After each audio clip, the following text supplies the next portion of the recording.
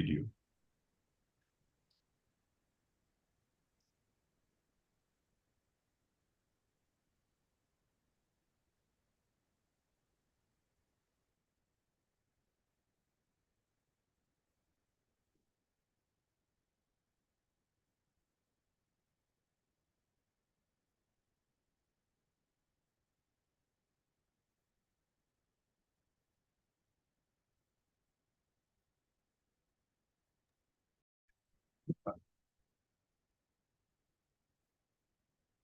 Good afternoon, ladies and gentlemen. Let me welcome you to the second ARUA Distinguished Public Lecture. A year ago, we had the first one in Pretoria. That was a physical event. It was also hybrid, yes. And many of stakeholders were able to join us for that event. The reason why ARUA decided 3 years ago to institute these annual lectures was simply to provide a platform by which the rest of the world would get to know what excellent African scholars were able to do and contribute to the growth of our region and the growth of scholarship in this part of the world. So the idea has always been to have African scholars, regardless of where they live in the world, who are doing great things, to be able to take the platform and share with us some of the ideas that they have and what has made it possible for them to reach the levels that they have reached. So last year when we met in Pretoria, we had Professor Salim Abdul Karim, who spoke to us, focused on the great work that he had been doing in the area of HIV, AIDS, and other infections. So that was an excellent beginning to our annual lecture series. Today, we have Professor Funmi Olonisakin at King's College, who will be speaking to us. But before I introduce her more appropriately to the rest of our audience, I would invite our chair, the chair of the board of the African Research University Alliance, to give us his own welcome remarks. And then I will introduce our speaker, our lecturer for today, more formally to you. So, Mr. Chairman, over to you. Thank you very much, SG. Leaders of ARUA Network Universities, esteemed guests, colleagues, and friends. Let me join our SG in welcoming you to this set of events for this afternoon. Today is a really special day. The activities of this afternoon mark a significant milestone in the life of our continental body. These two events, one, the second ARUA Distinguished Public Lecture, and the launch of the third ARUA Profile Report, mark yet another significant accomplishment in the leadership of our Secretary General. As I have indicated, these events are the last ones to be overseen by our retiring SG, who has served our continental body with utmost dedication, commitment, and great distinction. I wish to thank our guest speaker this afternoon for accepting our invitation for her to present the second ARUA Distinguished Public Lecture. Our continental body ARUA was launched in 2015 in Dakar, Senegal, to bring together leading research-intensive universities in the African continent in order to advance the strategic objective of building and strengthening the research capabilities and capacities of our universities through equitable partnerships, collaboration, and cooperation. The challenges that face humankind transcend geographic, political, economic, social, and disciplinary boundaries and demand of us to work together.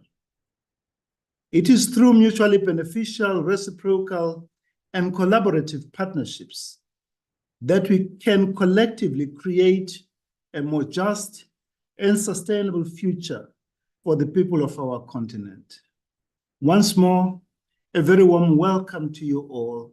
We are delighted that you are able to join us this afternoon and this evening. Thank you, SG. Thank you very, very much, Mr. Chairman. As I said in my introductory remarks, ARUA was extremely lucky to have Professor Karim deliver the first lecture. Again, we've been very, very lucky to get Professor Funmi Olonisakin at King's College London to deliver this second lecture. One of the things we observed from the first lecture was that since it was very much in the sciences, that for the second one, we will look for someone more located more in the social sciences and humanities. Professor Funmi Olonisakin is Vice President, International Engagement and Service at King's College London. She is also Professor of Security, Leadership and Development at the African Leadership Center in the School of Global Affairs at King's. In her role as Vice President, IES, Professor Olonisakin seeks to facilitate the deployment of King's assets, including knowledge scholarship and talent in civil society, locally, nationally, and internationally, to enable transformative and lasting impact. She is committed to building interdisciplinary and intersectoral collaboration and sustaining equitable partnerships to realize positive and lasting impact within and beyond King's. One of the things I'd like to say is that Funmi, as we all call him, has been extremely helpful to the cause of ARUA. She's very much at the center of things within the Guild of European Research Intensive Universities and has been a very strong advocate of collaboration between European and African universities. She was very instrumental in the creation of the clusters of research excellence involving ARUA universities and the Guild universities. So Funmi is not a stranger at all to ARUA. She doesn't come in simply as somebody plucked from nowhere to come and talk to us.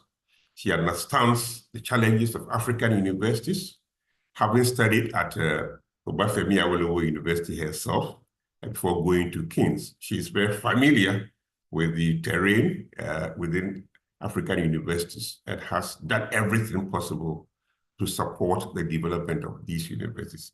It is for all of these that we thought to be wonderful to have Funmi deliver this year's annual lecture. So with that introduction, I invite Funmi to speak to us. Thank you so very much, Prof. Ayete. Let me first say, what a privilege it is to have been asked to do this. And in a sense, shall I say first and foremost, all protocols observed in Nigerian or African parlance, because I know that I'm speaking before, distinguished ARUA leaders, distinguished colleagues, and I don't take for granted the privilege of being given the opportunity to do this particular lecture at this very moment, not least because of what it represents.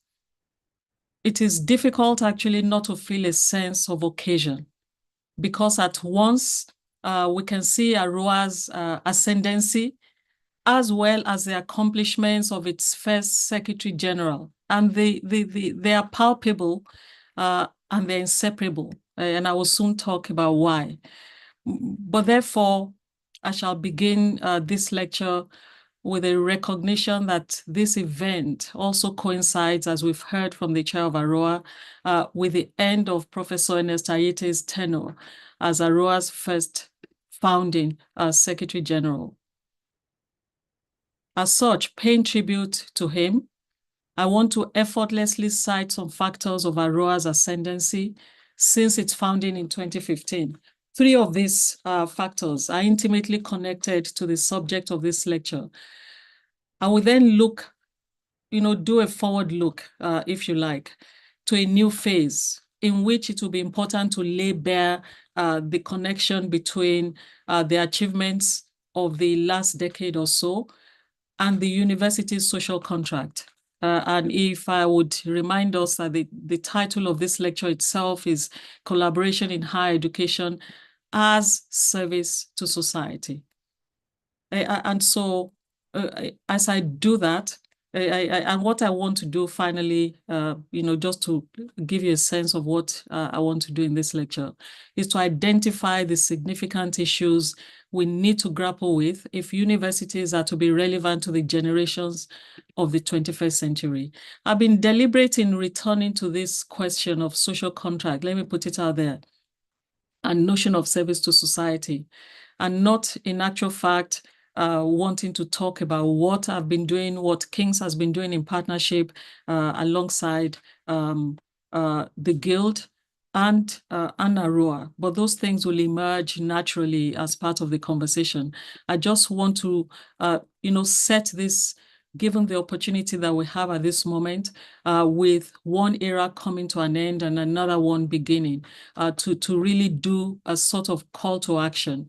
But I want to do that alive to the fact that we need to return to context setting and to really look at historical realities at this moment.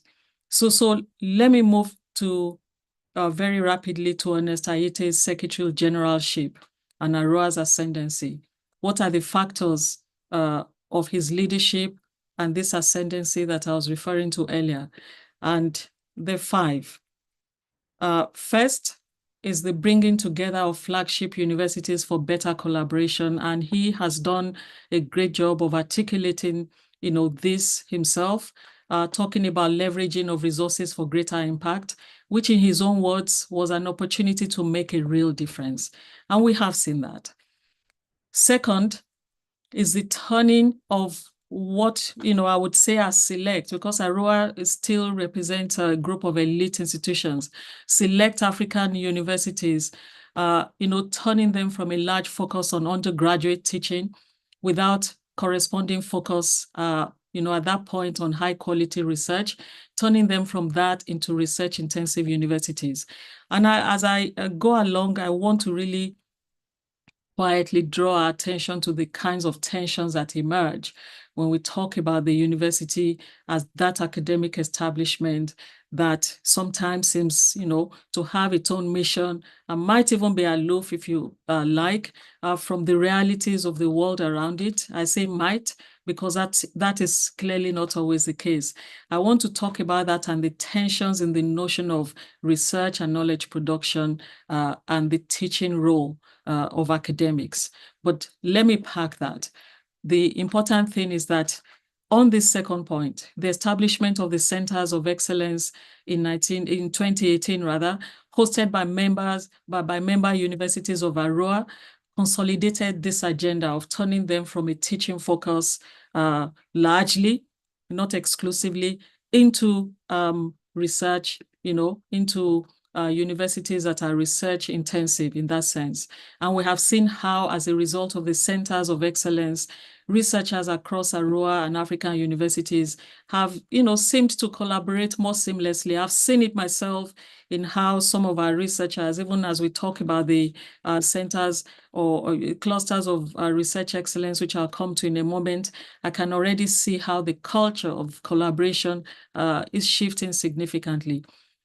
Third factor is ARUA's success in international collaboration, which has been a significant feature of Ernest Ayete's term as SG. And this has been game-changing, if I may say so. And I think the chair just alluded to that in some sense. The collaboration with UK Research and Innovation, UKRI for short, resulted in support for the Centers of Excellence for the first 3 years. And we can come to that later. But fourth, and not unrelated to this, is the partnership with the Guild of European Research Intensive Universities, of which my institution, King's College London, is a member. And this began with ARUA making its centers of research excellence the starting point. And in a sense, we can see an evolution in this relationship between ARUA and the Guild. In the initial concept, for example, the idea of 20 doctoral academies in Africa was a key focus. I was part of some of the meetings where these conversations took place. Many of us will recall that just over 4 years ago, on July 9th to be precise, ARUA and the Guild published a concept note entitled Confronting Our Common Challenges, a new approach to strengthening Africa's research, innovation, and higher education capacity building. And we can see how this has evolved. This became more refined, and it included areas of mutual interest. But finding mutual interest was not difficult because, as we have probably heard Adam Habib say many a times, and Ernest Ayete as well, many challenges facing Africa they're transnational. They affect Europe as well.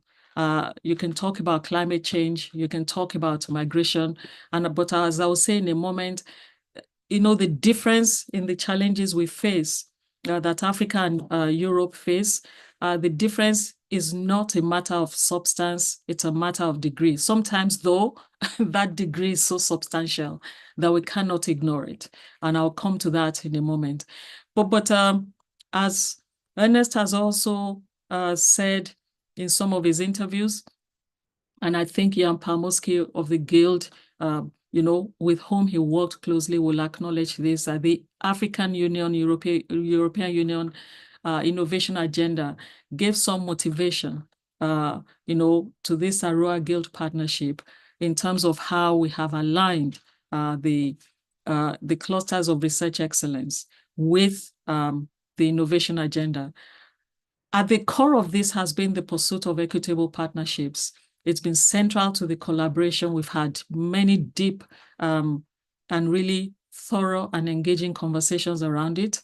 And this is evident in the structure of the path-breaking 20 clusters of research excellence that we now have, which have emerged from this collaboration, focusing on research themes that, as we know, connect researchers from over 100 institutions in Africa and Europe. Fifth and final, as I look at the factors in this ascendancy and the leadership of Ernest Ayete, is that we have returned to where this collaboration started under his leadership. ARUA secured the support of MasterCard Foundation for 16 collaborative PhD programs. Many of us have been active participants in this because our researchers across our institutions have so eagerly developed frameworks and are collaborating across the board. And we have seen how the ARUA Guild clusters of research excellence, with an innovation approach to how doctoral candidates can work with highly accomplished researchers from Africa and the global north, have really cemented this PhD program that we expect will train about 1,000 in the end when it gets going. In the next decade, we'll see that over a 7-year period, it consistently trains, that's the ambition at least, about 1,000 PhDs per year. And built into these structures is the idea that its intention actually, it's not just an idea, that we will avoid the kind of brain drain that, problems and issues that have attended previous, if you like, ad hoc and one-to-one collaboration.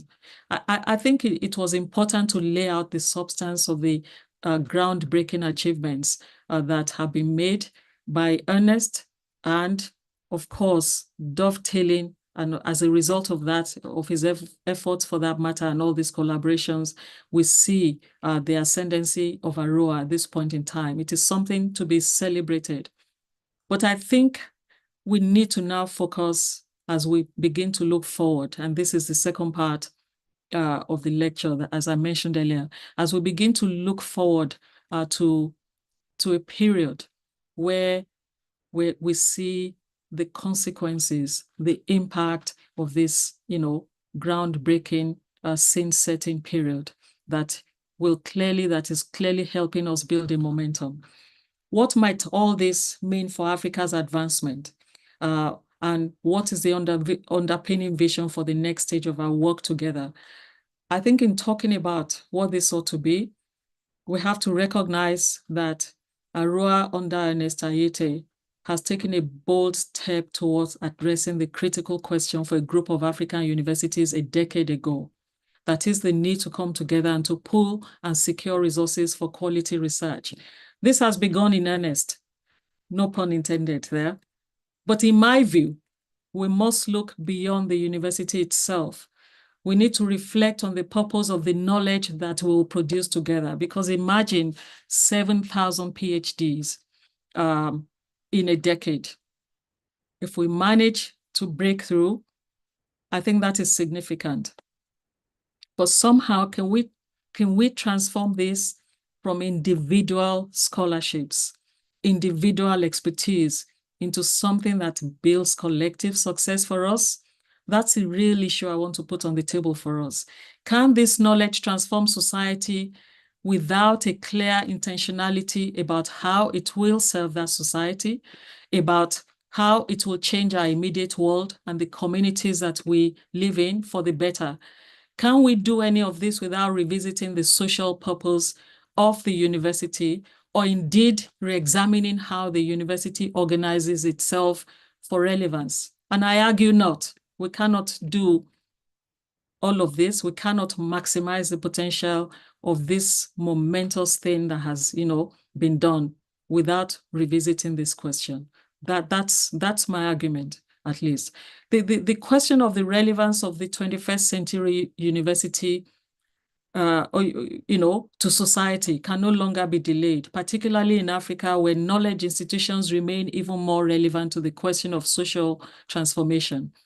Beyond the academic impact of research, I want to argue that there's a real need for intentionality in the way the university brings knowledge to bear if we're to have significant societal impact.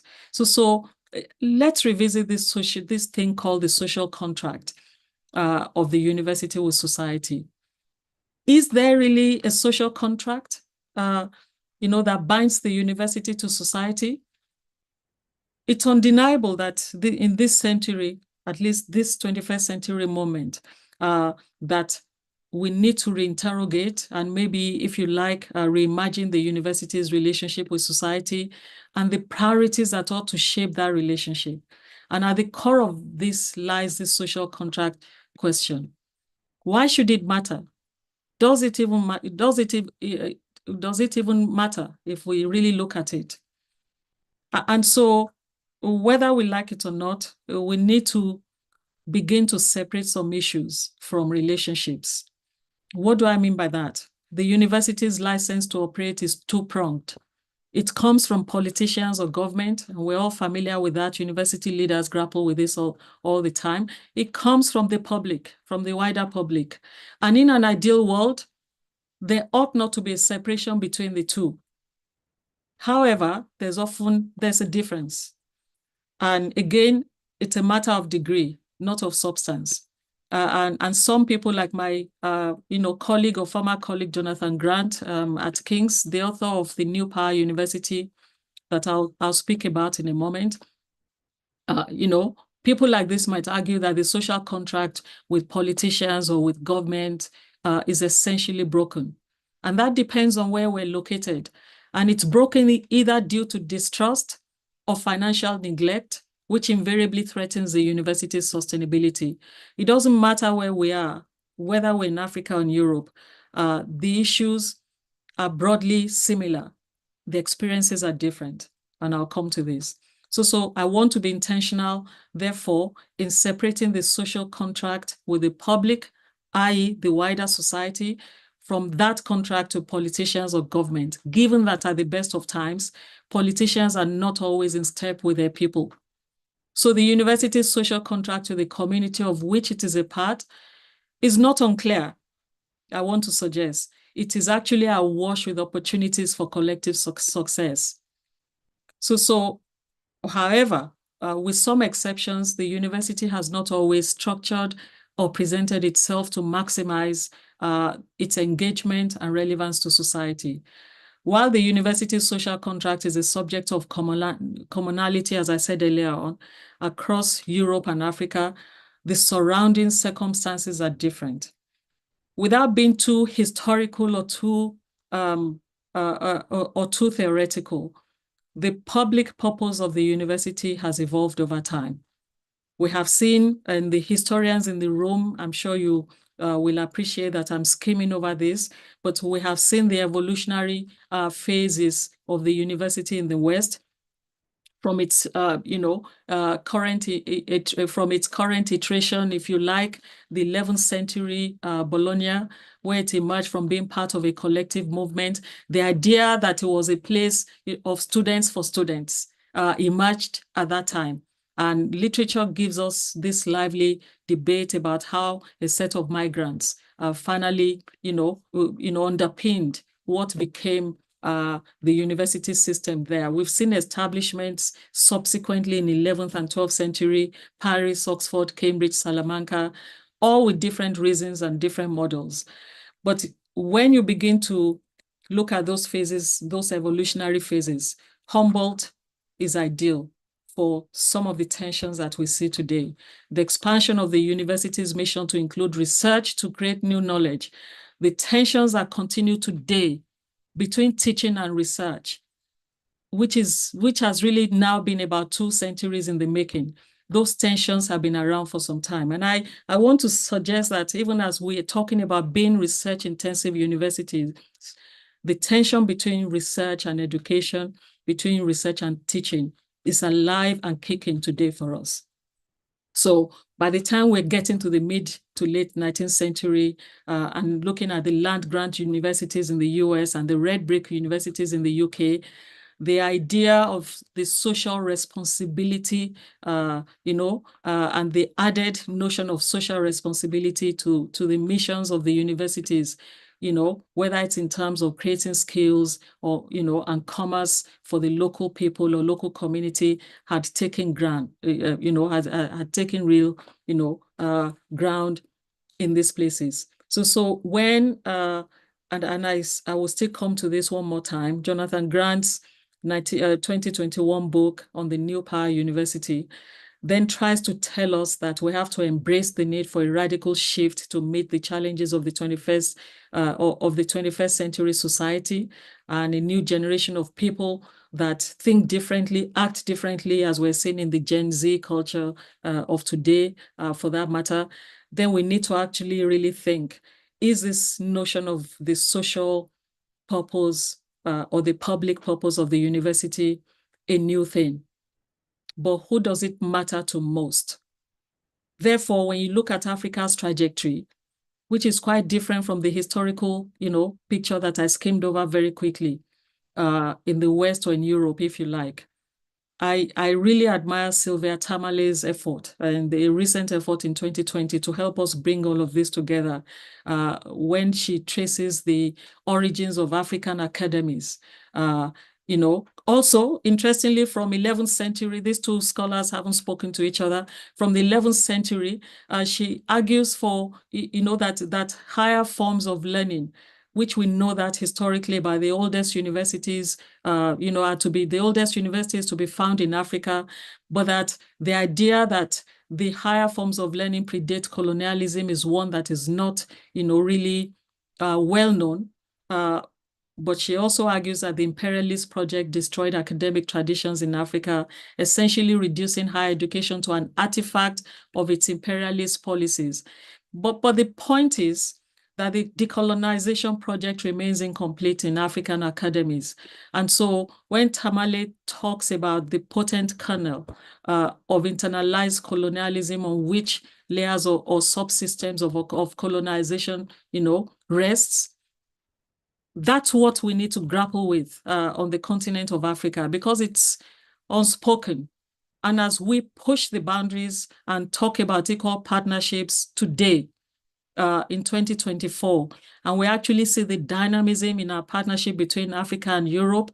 Interestingly, as we talk about decolonization, so I put one tension on the table before, which is between research and teaching, when we're talking about the mission of the university and its, public and its social responsibility, if you like. The next thing is we ourselves on the African continent and the extent to which we have tried, whether successfully or unsuccessfully, to decolonize the academy. And instead of looking at it from outside in, the point about, that Sylvia Tamale, that she makes that is very fascinating to me is the internal colonialism, because of the mindsets, the mental models, and the ways in which we have structured inequity in our own institutions that may even influence the ways in which our public purpose comes alive. So overall, really, I am persuaded that societies invariably support. And maybe the point before that is that regardless of what we're saying, whether in Europe or in Africa, or in any part of the world for that matter, what is undeniable is that the university across all of these contexts, time and space, is embedded essentially in society.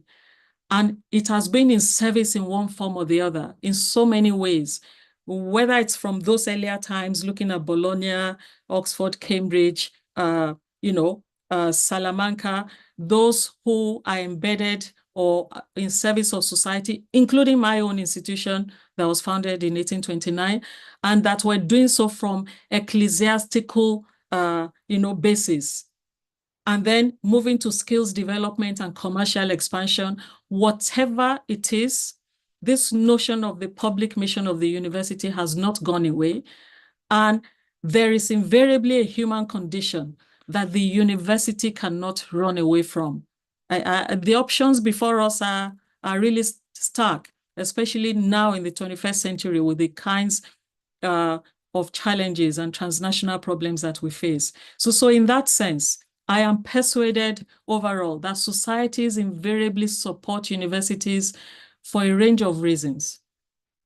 It is our cultural, social, and economic influence that matters.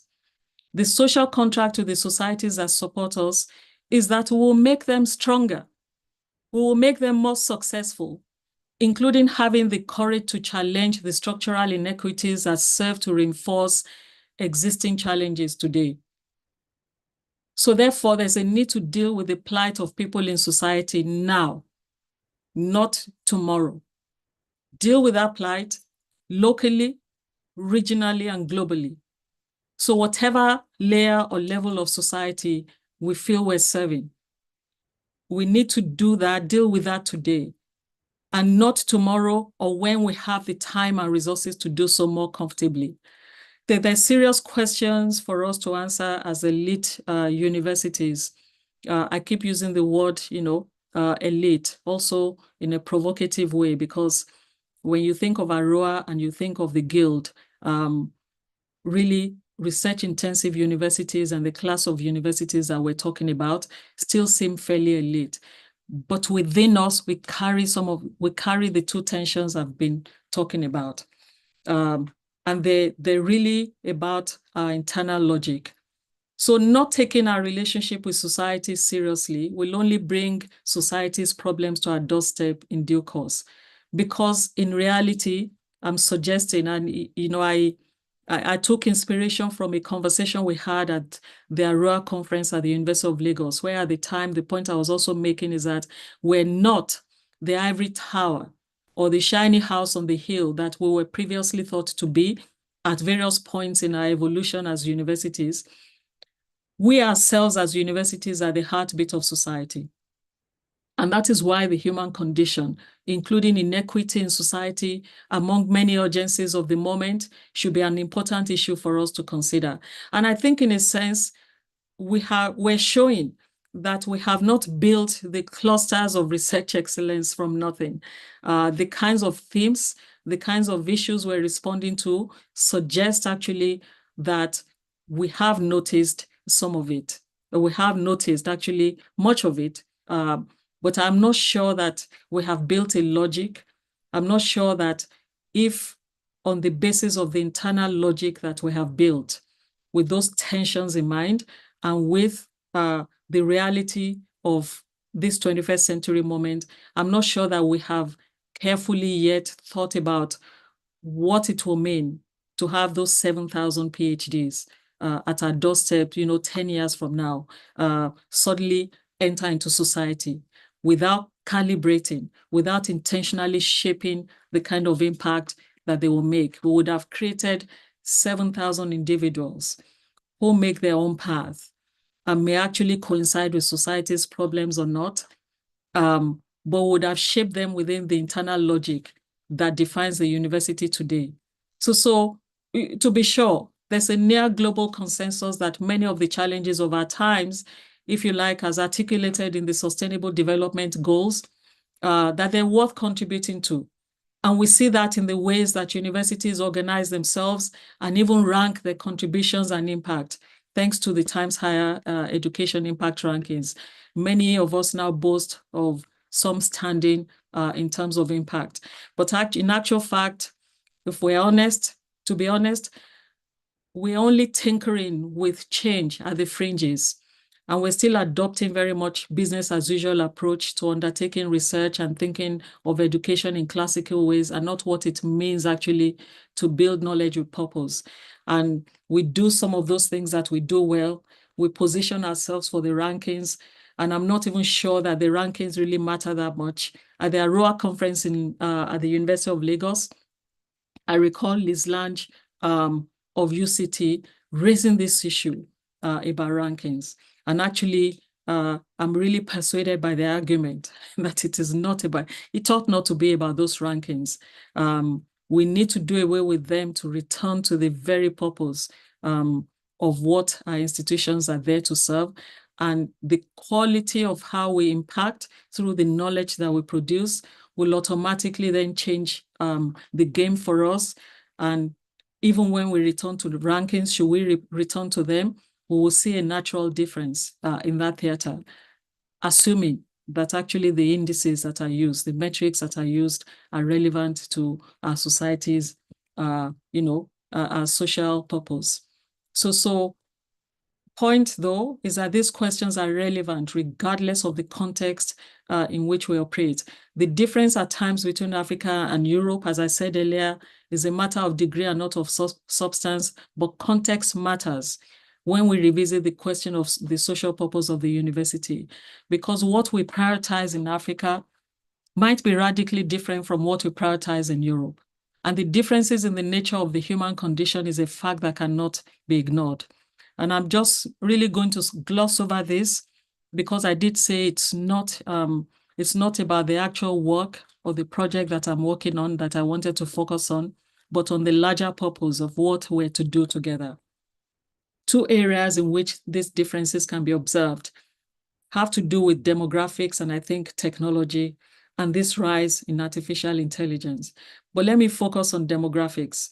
In 2020, and this figure is still pretty much about the same. There are no accuracies to it, but I think we know that the data we have really reflects as much as possible the reality of the continent. almost 1 billion Africans are under the age of 35, which is about 70% of the population of the continent. This is a totally different reality in the European Union. So we're talking about partnerships between Africa and Europe, but when you think of the realities and the human condition, they're not exactly the same. And in the European Union, at about the same period, if you like, 2019, 2020, we had children and young people accounting for about 32% of the population. Secondly, if you therefore come to the context of higher education, the average higher education enrollment rate in Africa is still at about 10% or just under 10%, even if you like, depending on what you're looking at, about 11%. You can exclude Algeria, Botswana, Egypt, Mauritius, Morocco, Namibia, and South Africa, and Tunisia, where enrollment in tertiary education institution is over 20%. But overall average remains at 10%. In the EU, the average enrollment rate is just over 43%, with countries like Cyprus, Ireland, and Luxembourg at over 60%. This country where I'm speaking from, the UK, is over 50%. So let's begin to relate this to access to technology. When you think about access to education, there's a sharper difference. So we're in partnership, but actually the realities of the human condition on our continents, isn't exactly the same. There's an urgency to this moment for African countries, for African peoples as a whole. And when you look at these illustrative examples, the scale of the challenge that confronts research-intensive universities in Africa is huge when compared to their European counterparts. The structures of society will no doubt impact the structure of higher education or knowledge institutions.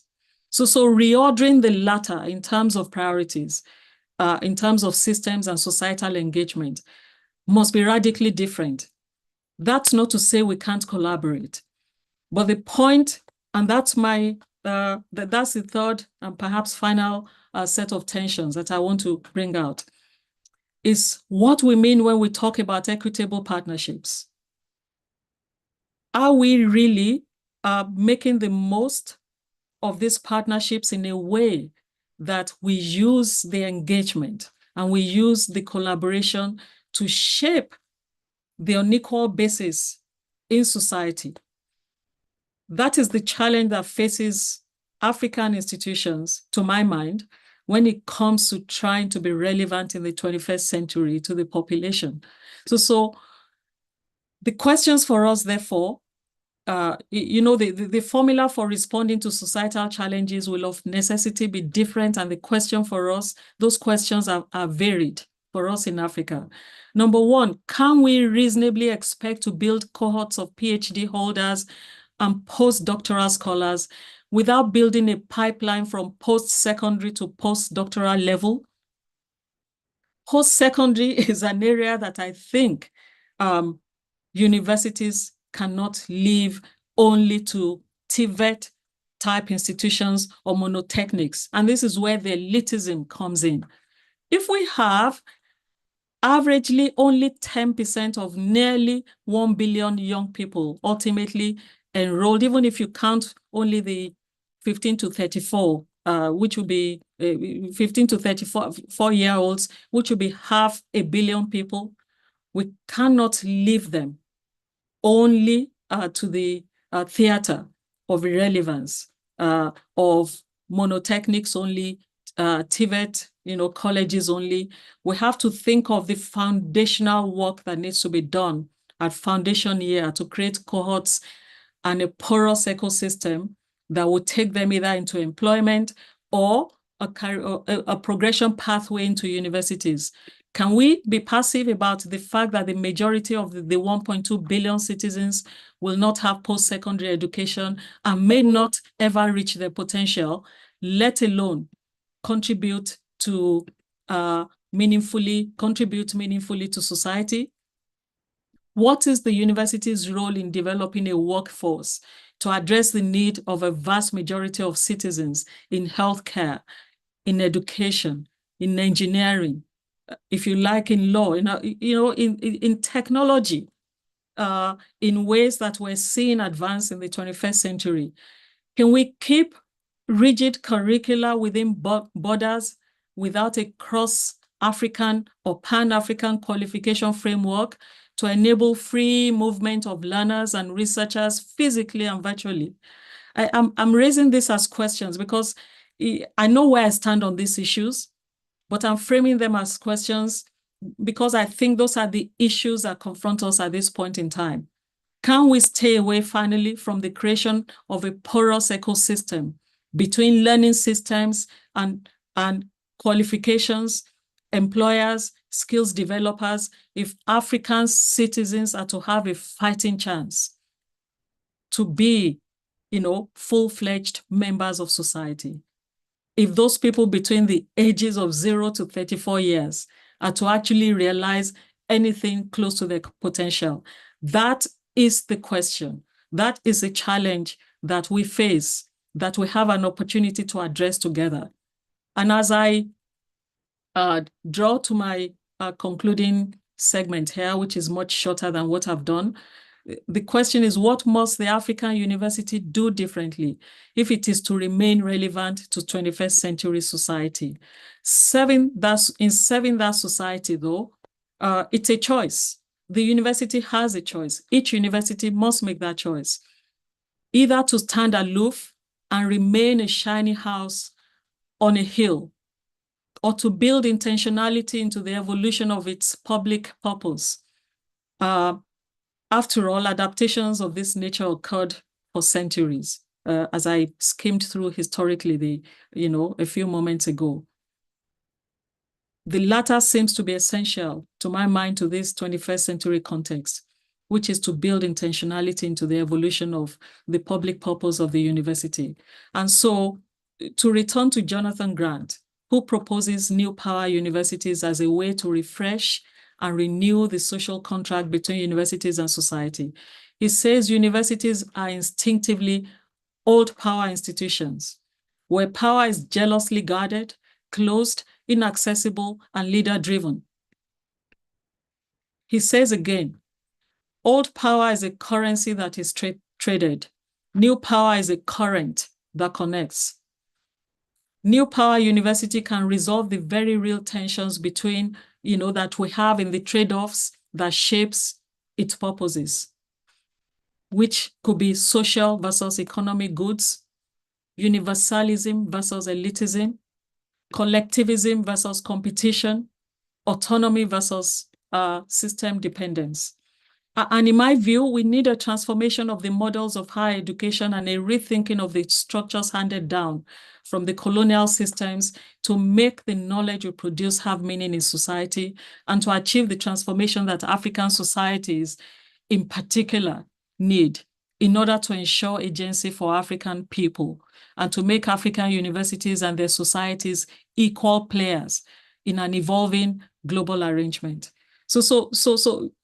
And as I bring this to a close, this is not the task of one institution alone, or even of a small group of institutions, a small number of institutions. The process we have begun with collaboration among consortia and the creation of structures akin to hubs and spokes are an important starting point.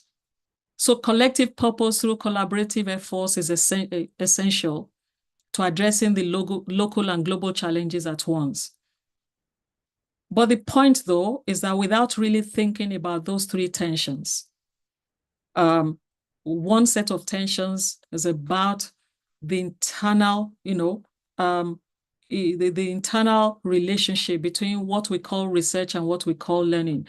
It was Humboldt that brought research into being in that area. But when you look at other works that looked at the Newton's work that talks about, if it's about creating new knowledge only, why are there students in the university space?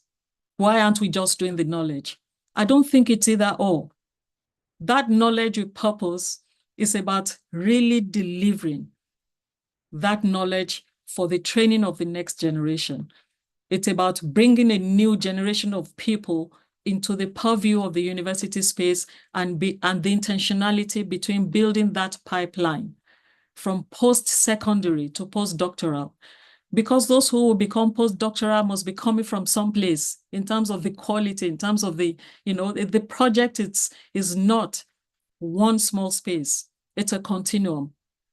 And that tension also that has to do with the internal structure of our universities that are not necessarily fit for purpose, whether it's how qualification is given, whether it's the narrow way in which we figure the existence of one university without really the interconnection into a porous ecosystem. That is a major thing to rethink. And I think it requires a collaboration between the university and regulators, the kinds of things that I think Ernest was talking about joint PhD programs across African institutions, because what are international partnerships if they're not essentially African intra-Africa partnerships in the first instance? And I think we have run ahead nicely so far because of this whole notion of equitable partnerships and the conversations we've had in the Guild ARUA. To make this sustainable, we have to define that equity from a structural base within African institutions. And therefore, I think what we've seen in the last nearly a decade is moments of transformation that begin with the vision of individuals like Ernest Ayite, or a shared vision by a group of people, which invariably shapes institutional transformations and leadership systems. And what has begun as a collaboration led from the front by Ernest on behalf of ARUA, and I should say Jan Pamoski on behalf of the Guild, has put us on a firm footing to shape the next phase. But my goodness, the structural barriers are huge. And we need to work together to really open the floodgates to what is possible in terms of change. As I conclude, I want to pay tribute to Ernest. As his tenure as ARUA Secretary General comes to an end, he has been a visionary and a doer. And I think we're witnessing in Desmond Thompson's words, the bold legacy of an African research champion. The work of shaping this next phase to deploy knowledge in service of society, to address Africa's human condition, is a task we cannot afford to fail at. It's a pleasure to have been invited to do this lecture. I have enjoyed, preparing for it thoroughly, and it's a great honor to have been part, of the ARUA Guild conversations in the past few years. Thank you very, very much. Thank you.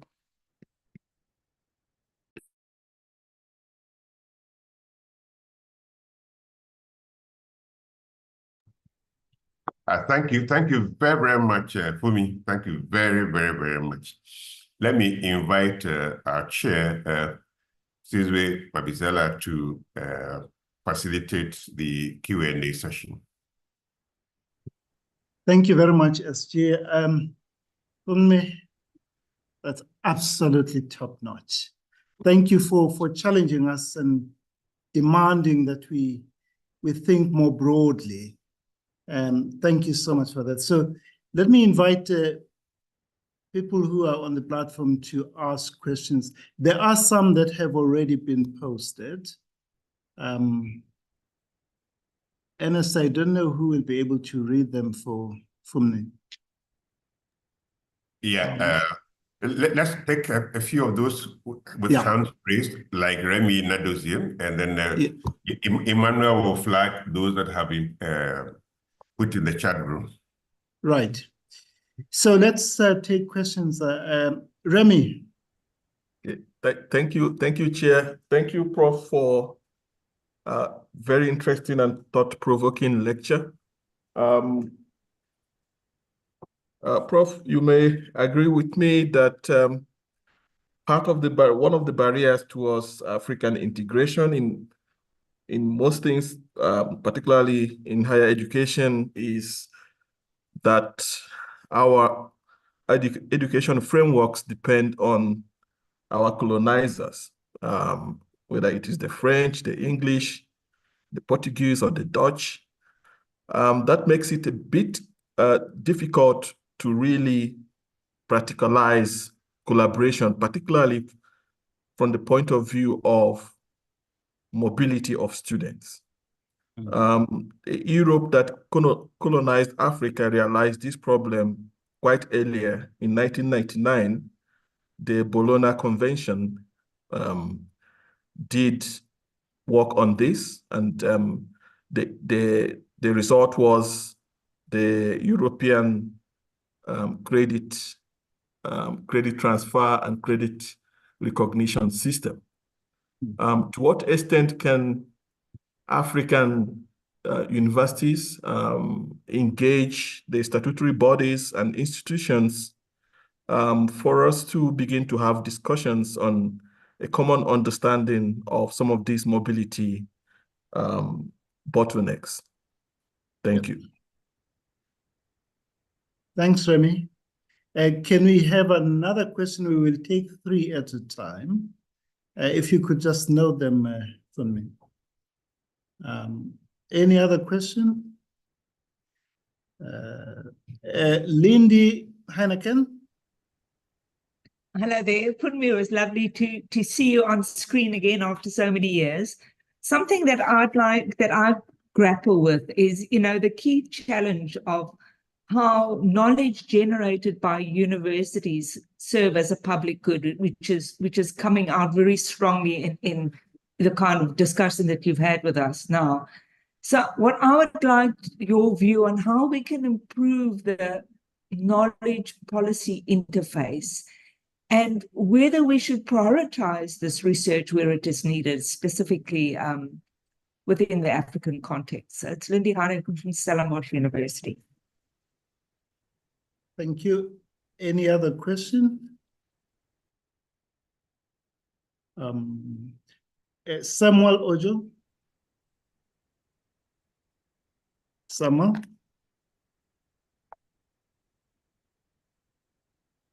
Yeah, okay, thank you very much, Prof, as usual, for the top-notch presentation.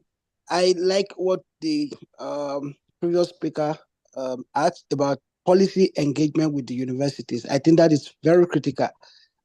In their books, African Intellectual, Tandika and Kadawiri pulled out this experts years ago, 2005, published by Codestria, about the antagonistic nature of the state and the intellectuals. And I think that continues today in various forms, but not only the fact that the state seems not to listen to African intellectuals, they prefer to listen to experts in code from elsewhere. Sometimes because the state funds the universities, the university administrators themselves perhaps don't even have the courage to engage the state, to take on the state, as it were. So how do you think that, how can the university find its voice again in channeling research to policies? Secondly, I'm working on a project on indigenous knowledge, again, funded by the MasterCard Foundation. And I want to find out how we can integrate indigenous knowledge into the curriculum as we try to reinvigorate the university system in Africa. Thank you very much. Thank you very much. Let me hand over to you, Funmi.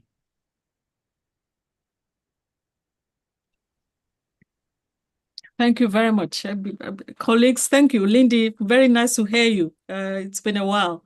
And Samuel, thank you. But let me begin with the first question. The education framework depending on the colonizers. It's why I stuck to, I think we're having a bit of a tired conversation, not here, but, outside, continuously focusing on the colonization of Africa's education, when actually we're not thinking about the internal colonial mindset, because it is we who need to free ourselves from this, straight-jacketed way of looking at education, at qualification, and so on. Interestingly, the Agenda 2023, African Union's Agenda 2023, regardless of what we say about this being 50 years, nearly 50 years away, has some really interesting vision around it. And the notion of an African qualification framework is embedded in it. But we have to do the work. And where I see leadership of ARUA and such, university consortia, is that we don't have to ask governments first. We have to do the thinking first and the collective work of what a qualification framework that is Africa-wide looks like. And then we push the gates open for that conversation. I think sometimes we've been too respectful of established structures that are not even made for us. Respecting governance structures is very important, but when they're not working for you, you have to challenge it with knowledge, with determination to change and offer new ideas to it. And I think sometimes we become tired because of the exclusionary nature of it. I think Samuel was talking about that sometimes, you know, I think it's almost like people know us, that we engage elite to elite, right? Instead of engaging as scholars to society first, to generate the evidence and also engage to build the momentum towards something that needs to change. So I think our own method of work needs to change because, and you're right, the first question about the education framework, it cannot depend on a system that just has not worked for a long time. Even Europeans are talking about a European degree because they understand that the movement across borders, virtually and physically, is what is necessary to get this new generation to really begin to, you know, work differently and to be relevant to their times.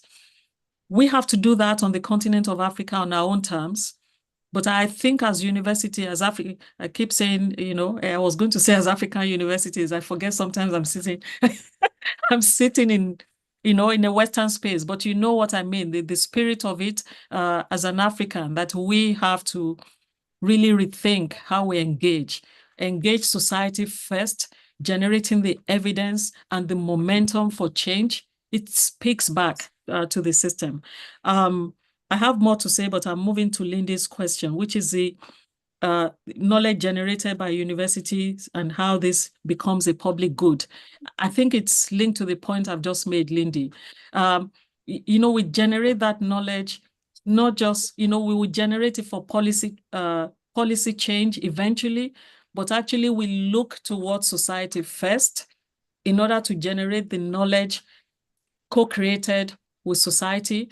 I sometimes envy our friends and colleagues, you know, in the natural sciences, because just measuring the usage of electricity from household to household, just even looking at how people engage technology gives you, if you like, veritable data that allows you to speak back readily.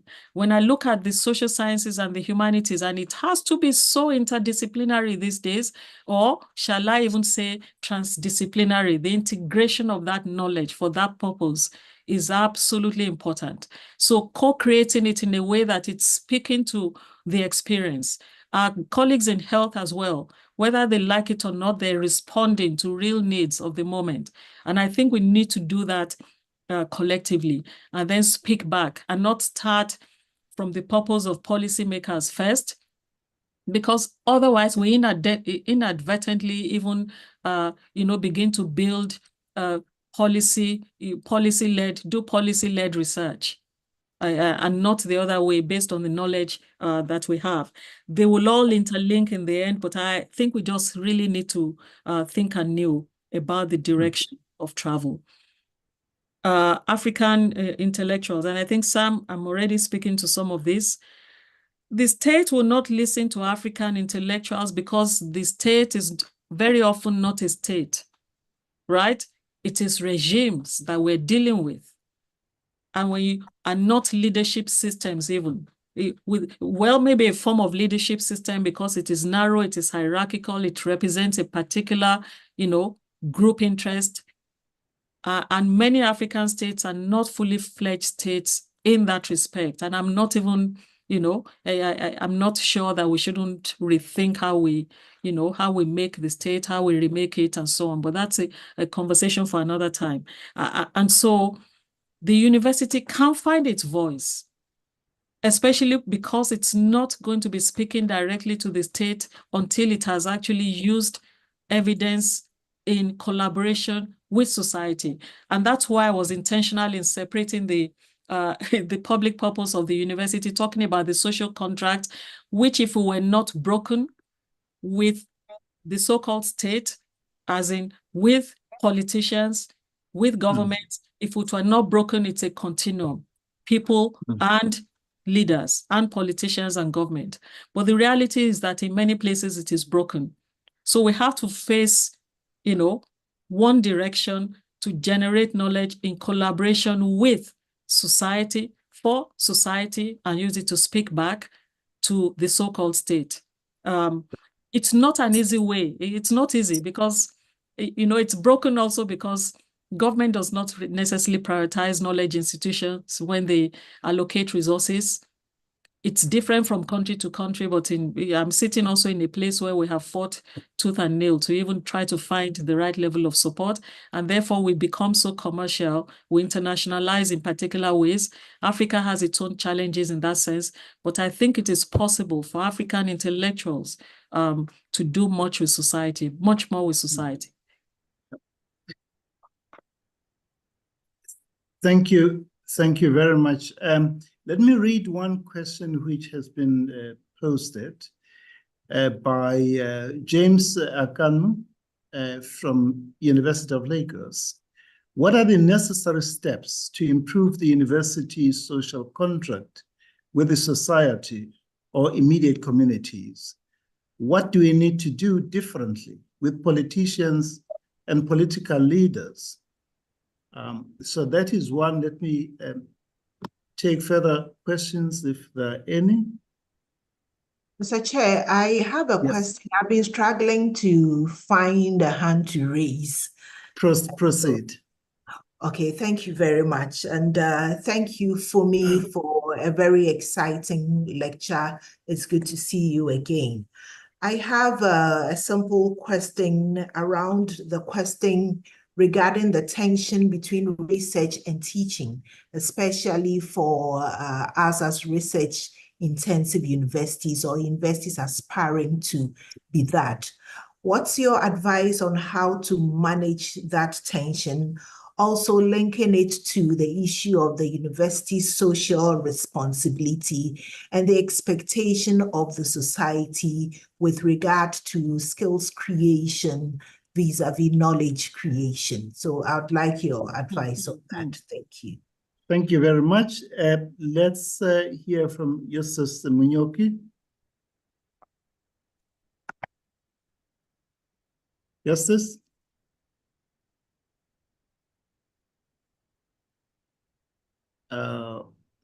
You are on mute, Justus.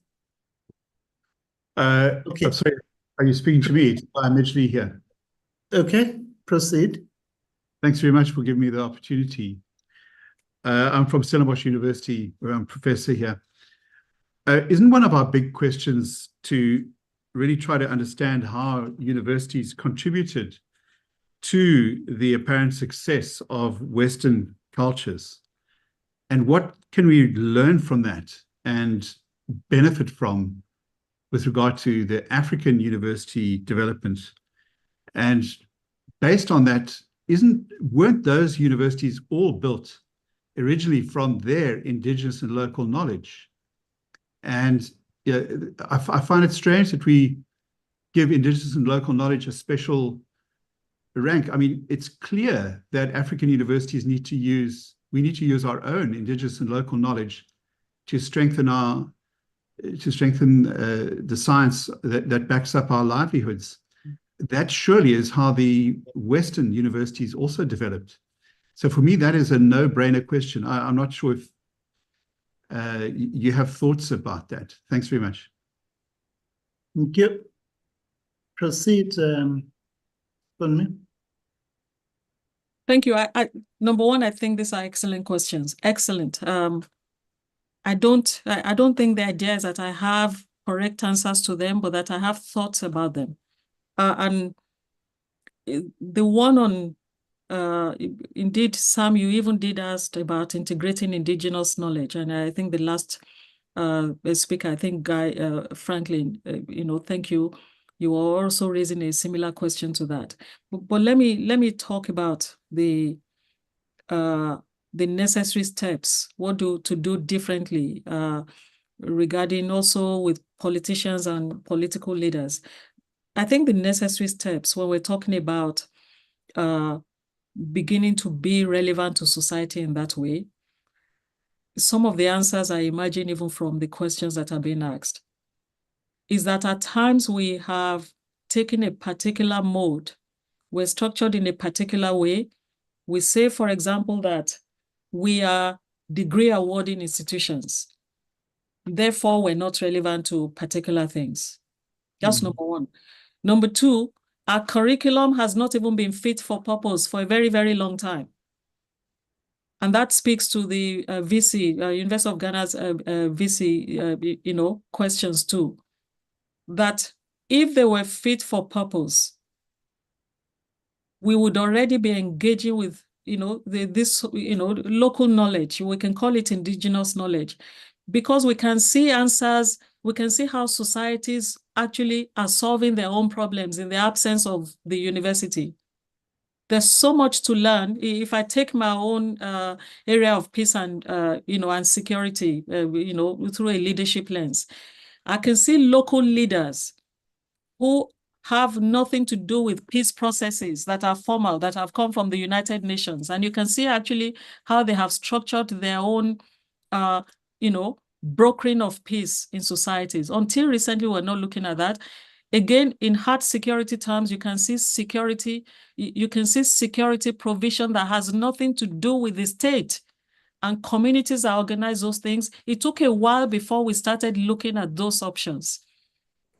But the thing today, this very day, and we're finding that as we're looking at post-secondary realities around us, when you talk to employers, the biggest challenge they have is that the knowledge, the qualification that the student has brought has not necessarily married the theory with particular skills that will make them relevant in that environment.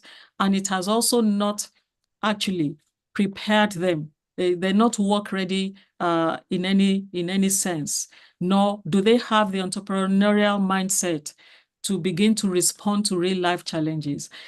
And I think I wanted to take that as a whole, because there's plenty of knowledge, plenty of data in our local environment. And Sam, I didn't respond to you, but I think Guy's question already helps us answer that significantly.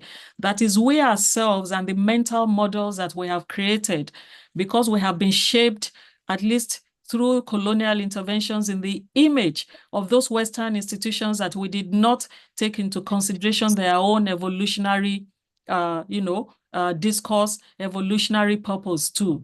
And we have just really taken them, we were given them, and we haven't questioned them sufficiently because of that internal order that Sylvia Tamale was talking about. And if that's the case, our starting point really is threefold.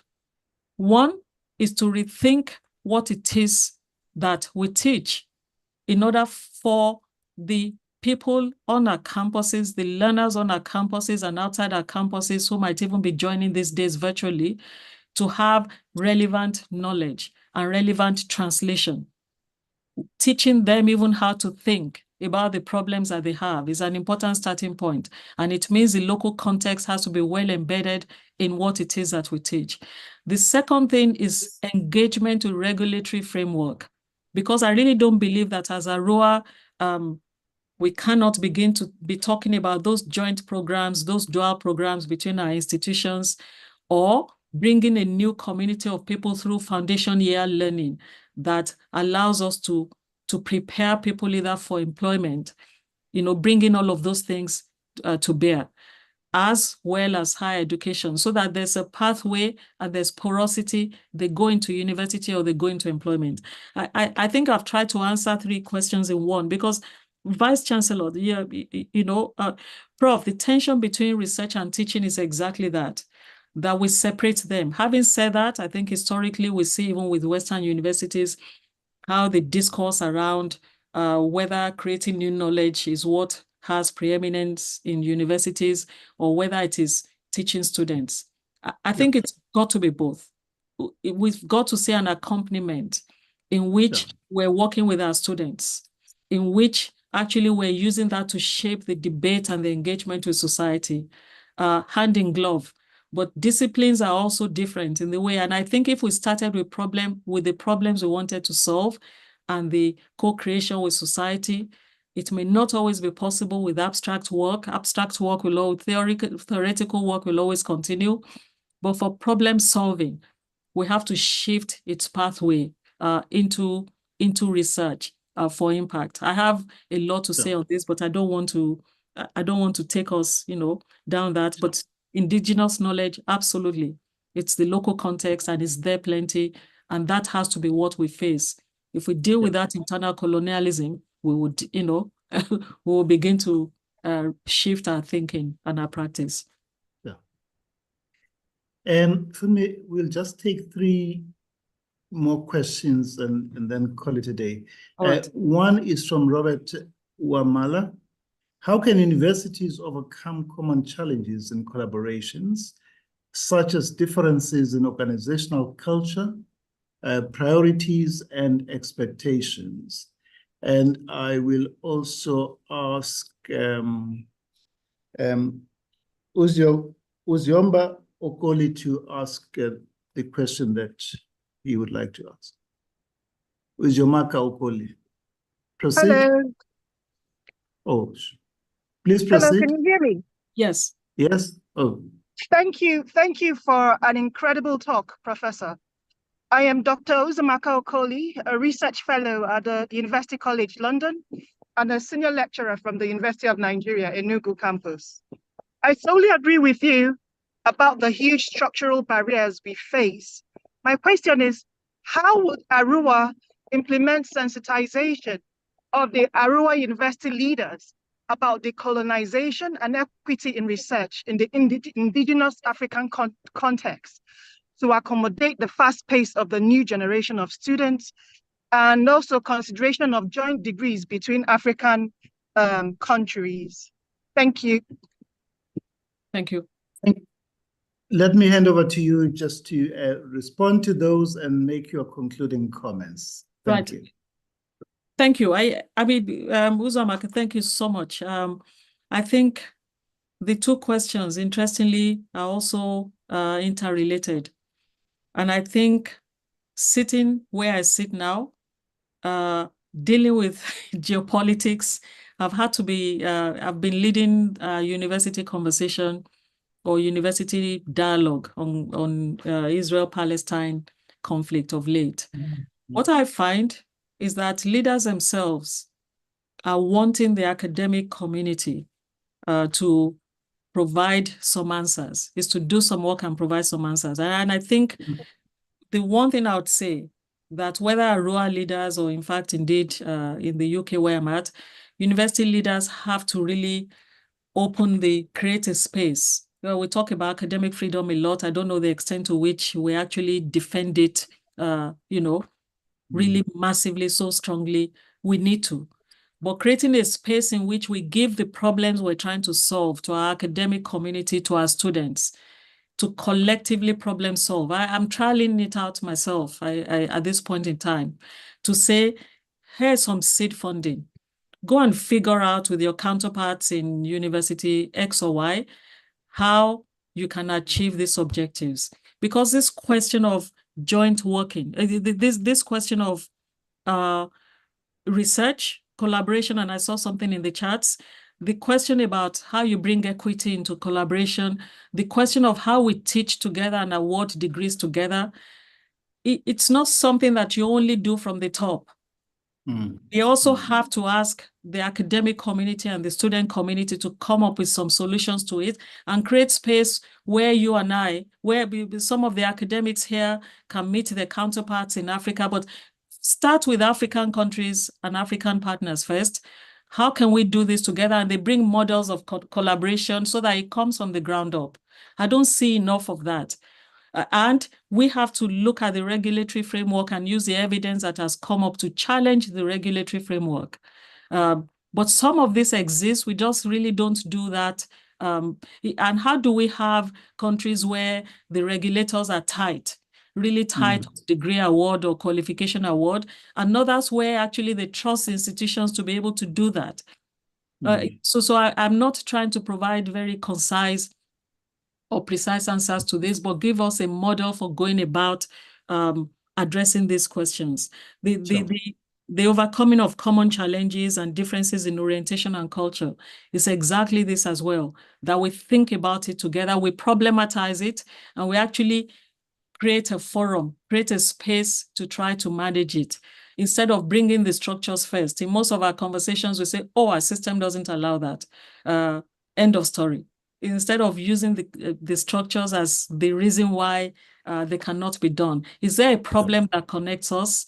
Can we solve that problem together? Bring us the models for solving that problem. That itself is knowledge generation of sort. So I hope that somehow we can be more creative about how we begin to manage this. Can I say one more thing? Prof. Ayete, I don't think I saw any research group on education, for example, in the 16 PhDs that have come. So this is part of the issue, that it's, we don't tie it together. We don't, explore that. You could say, I should instigate people to do that, but that's just to say, for example, we haven't seen enough of that. Thank you very much, Professor Olonisakin, for that really stimulating and thought-provoking lecture. SG, I hand over to you. We probably need to take a short break. Yeah. Over to you. So, Funmi, thank you very, very, very much. You did exactly what we expected, and you've stimulated a lot of conversation. In response to the last question from Uzo, I was going to say that the purpose of ARUA University coming together is to deal with exactly the point that she's making. The Vice Chancellors recognize that there's a problem that needs to be solved.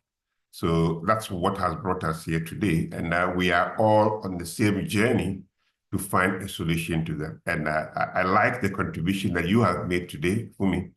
It's excellent.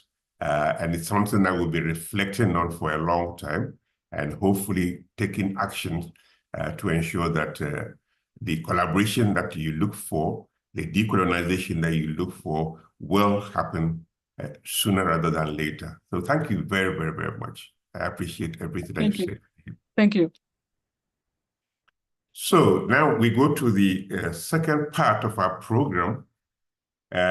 We are supposed to take a 5-minute break. So 5 minutes, I know you've been sitting for more than an hour, so almost 1.5 hours. So take 5 minutes and then we will resume and then continue with the second part of the program. I do hope that nobody will disappear. Thank you very much.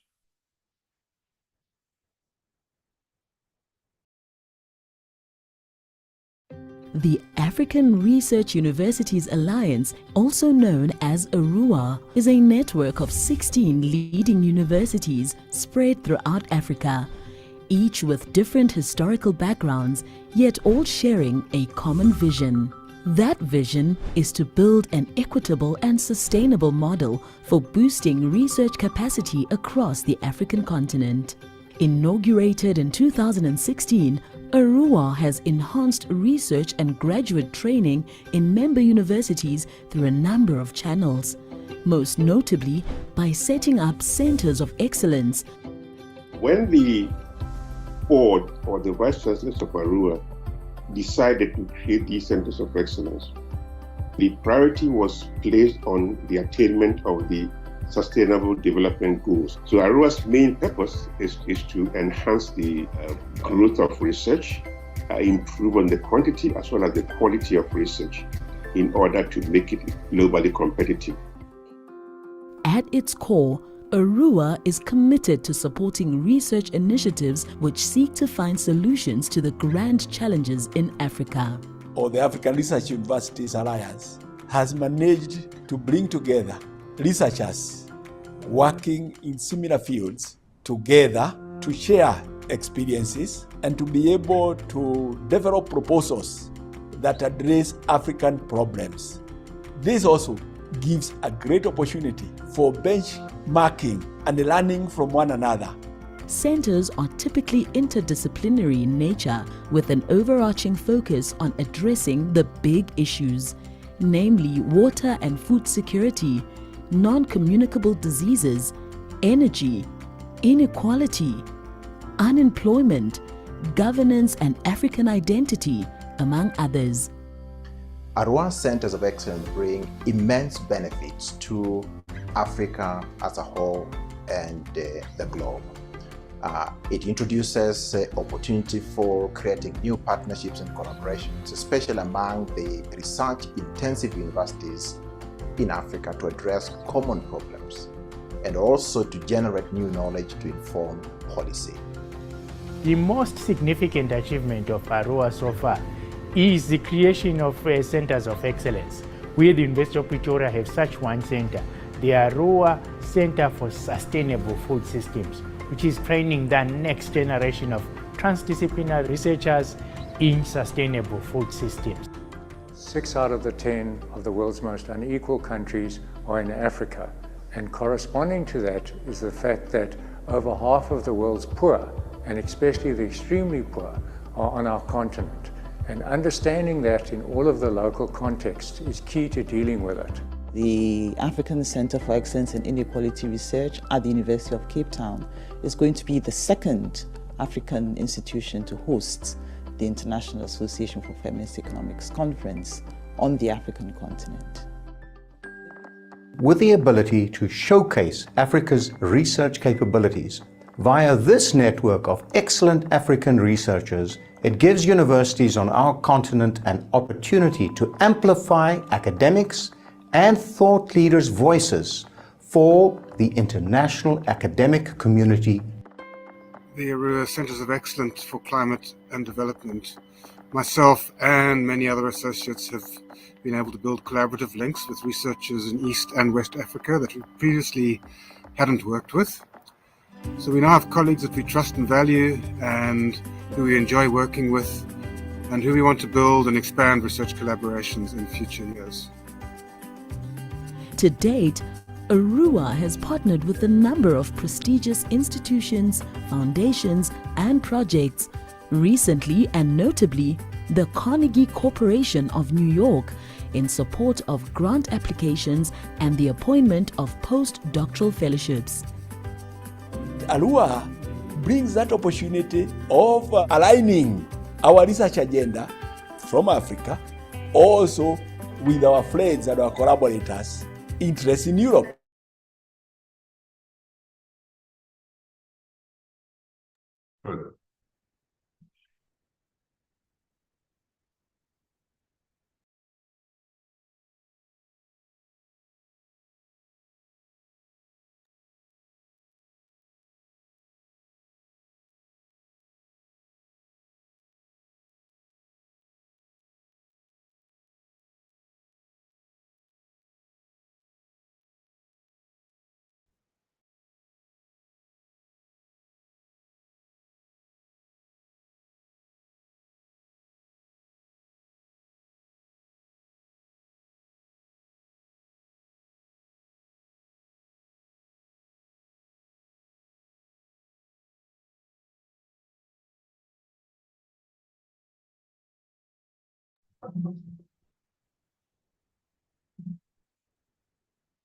Welcome back, colleagues, to the second part of our program, where we will be looking at a presentation of the ARUA data gathering and benchmarking project. This is a project that we at ARUA have been extremely proud of over the years. It has always been with support from the Carnegie Corporation of New York. It allows us to collect data from the member universities in order to monitor progress being made. Having come together since 2015 in order to change the situation at African universities, we wanted to ensure that the progress being made was very well documented. We wanted to ensure that the management and the governance of our universities will be guided by real data. And so we've been collecting this data since 2015. And I'm very happy that for the third time, we'll be able to launch a report. So let me invite Professor Gerald Over from the University of Pretoria, who has been leading this exercise to do a report, to do a presentation of the report for us. So Gerald, over to you. Thank you, SG. Let me upload my presentation, then we'll get going. Emmanuel. Yes, Prof. I'm on standby. What must I do, man? I'm trying to.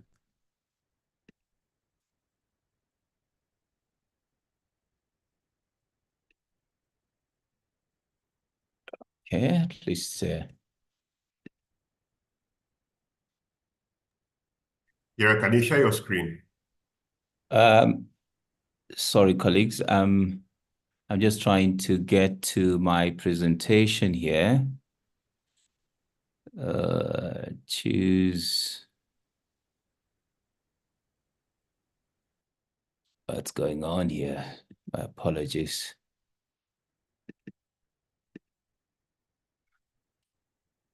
Okay, thank you. Let me share my screen now.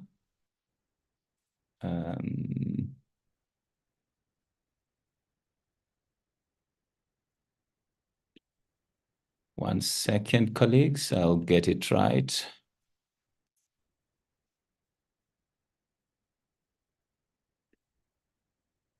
Technology can be a challenge at times. Oh no. Oh, I get it. I understand where the challenge is. Let me now go to my screen. Desktop. Oh no. Okay.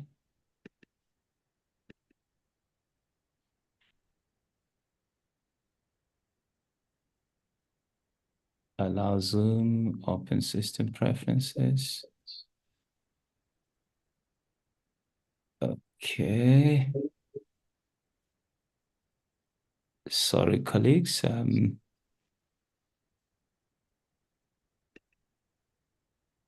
Trying to get to the presentation. Gerald, we can show the slides from here. Can you? Yeah. Sorry about that. Yes, Emmanuel, if you could please help with that. Okay.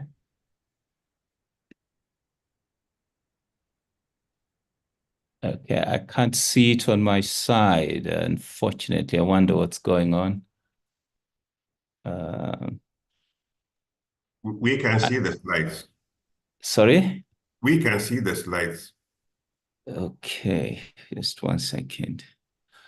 All right, I can see it now as well. So thank you very much, Ernest, SG, and thank you for your leadership over this project for, the 3 phases over which we've been collecting data. Thank you for the inspiration and for the guidance that you've given us. We've learned quite a lot working from you. It's been a complete pleasure working with you. If we could go to the next slide, Emmanuel. So, colleagues, what this study, as the Secretary General has mentioned, has been done over 3 phases, capturing a 9-year period from 2015, 2017. Then we collected data from 2018, 2021, and then data covering the period 2022, 2023. During the first phase, we had 13 universities that are shown there. During phase 2, the ARUA family has been growing. We had 2 additional universities, Mauritius and Rwanda joined. And then during phase 3, that should be phase 3, the total number of ARUA universities that are the total number rose to 23, wherein we had about 7 universities joining, which are included in this phase of the project. Next. And as it's been mentioned, the project, we've been doing this project for a number of reasons. One, it's quite important for benchmarking reasons, just understanding the lay of the land, who is doing what kind of research is happening at what institution, the shape and size of the institutions. It's also very, very important for tracking performance across various metrics.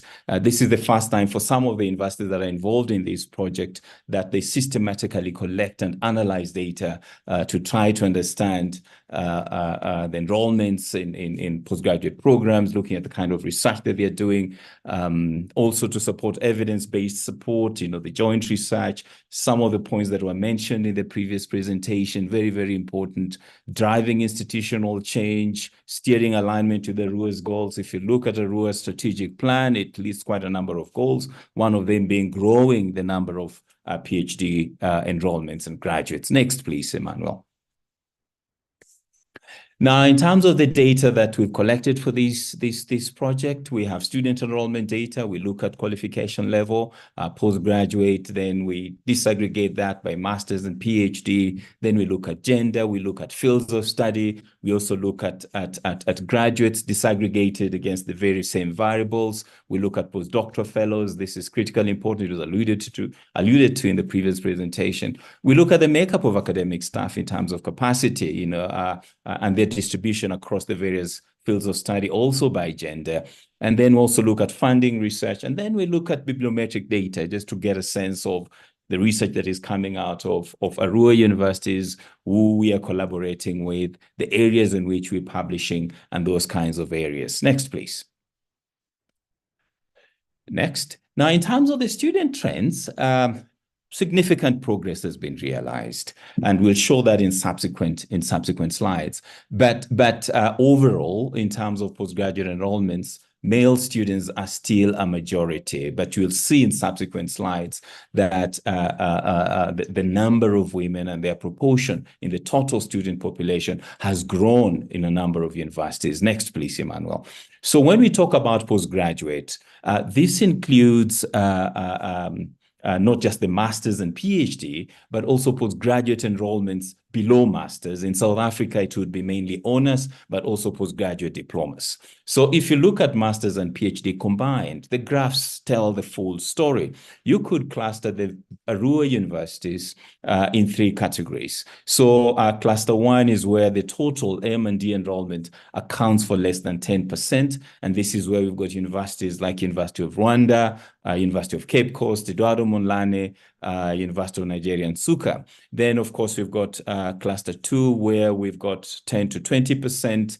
These would include universities like Ibadan, Kwame Nkrumah, Makerere, Mauritius, Nairobi. And then in cluster three, those that exceed 20%. And these would include Addis Ababa University, Stellenbosch University, and Wits and University of Mohammed VI Polytechnic. Now, you will see, for example, that if you look at the pattern, some of them have been fairly stable. So, for example, Emmanuel, did you move? Okay, so if you look at Ibadan, for example, if you look at 2013, where the postgraduate enrollment, master's and doctoral enrollment was quite significant. But if you look at the 2023 data, it's gone down fairly significantly as well. But some of the universities, it's been stable. In a number of the universities, we've seen a growth. Next slide, please. Now, if you look at the doctoral enrollments, of course, as it would be expected in most of the universities, the doctoral enrollment would account for the smallest proportion of university enrollments. The exception in this case being University Mohammed VI Polytechnic. This is a largely postgraduate university. So you'll see the doctoral enrollments account for a very significant proportion of the student enrollment. Again, here you could easily map out three clusters, where the proportion of doctoral enrollments is under 3%. University of Ghana is a good example. Kwame Nkrumah, Rwanda, those that are between 3 and 5%, Stellenbosch and University of Pretoria. And then cluster three, those that doctoral enrollments exceed 30%. And then again, you'll see, if you look at the shape of the various bars, for example, at Wits, the numbers are fairly stable. You can see it's very, very stable. But then if you look at Ibadan, again, there's that up and down movement. The point that we keep asking ourselves when we look at these trends is, for example, is this planned? Is this deliberate? Is this the desired shape and size? Or is this just happening? So that's very important. The next slide, please.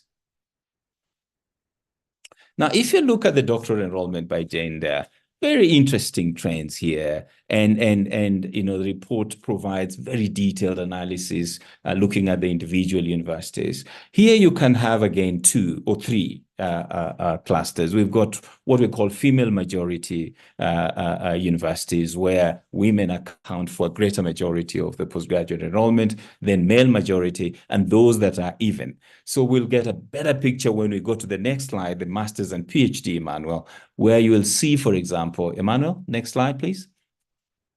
If you look at the masters and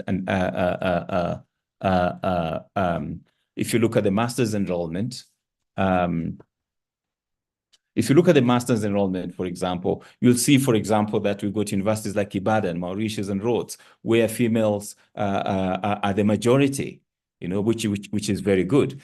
Now, I'd like you to pay attention to this, because later on then, when we look at the makeup of staff, I think see the ratios are a bit more skewed in favor of men. I make the point because one would expect that with more women doing their masters and PhDs, that would feed into providing male and female academics joining the institutions. We also have, I mean, again, as I mentioned earlier, we've had significant improvements across quite a number of the institutions, wherein, for example, if you look at Ibadan, for example, if you compare 2013 and 2025, the proportion of women master students has increased by 13%, Stellenbosch by 8%, University of Ghana by 8%, Yes, by 1% rather. And then we've also experienced some declines. For example, if you look at Makerere and Sheikh Anta Diop University, we've had a bit of a decline there. If we could go to the next slide, Emmanuel. Now, the next slide looks at the doctoral enrollments. Again, you see the same kind of pattern where we've got female majority universities and also male majority universities where men are the majority. In this particular one, across most of the university, men are the majority in doctoral programs. Just about 5 universities have got a female majority. That is Mauritius, Rhodes, Stellenbosch University, more than 5, UCT, Mohammed, and UP and WITS. And if you look at Lagos and UKZN, you see a balance. Again, the shape of the bars will tell you the full story. We've had a very interesting improvements across most of the universities. So if you look at, for example, University of KwaZulu-Natal, the proportion of female doctoral enrollment has grown by 11.4%. If you look at their 2013 enrollment compared to 2023 enrollment, Ibadan by almost 10%, Makerere by almost 8.6%, and again, Ghana coming in at 2.6%. Let's look at the next slide, please. And that combines master's and doctoral enrollments. Here we look at these enrollments by field of study. Again, the question is this deliberate? Is this planned? Is this the desired shape of enrollments across the various universities? Very interesting trends. We see an increase in enrollments in business, economics, and management studies. We also see an interesting, consistent growth in engineering and technology, which is very positive.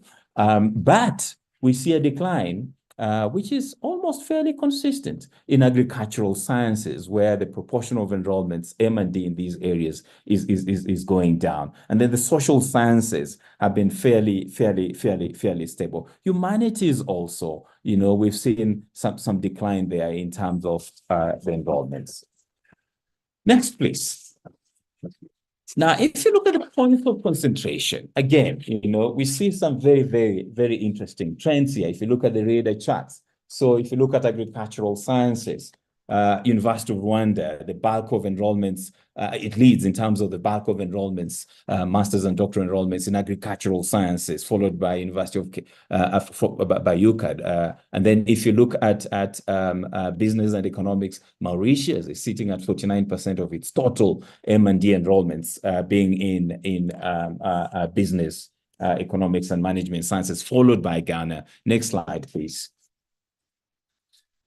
And then if you look at engineering and technology, again, as I mentioned earlier, University of Mohammed VI Polytechnic, it's largely, you know, a postgraduate university focusing largely in the technology fields. You can see the bulk of the enrollments are concentrated in engineering and technology. And then WITS following at 30%. If you look at medical sciences, Rwanda, you know, the bulk has 37% of its M&D enrollment in medical and health sciences, followed by Makerere. And then, as we will see in the next slide,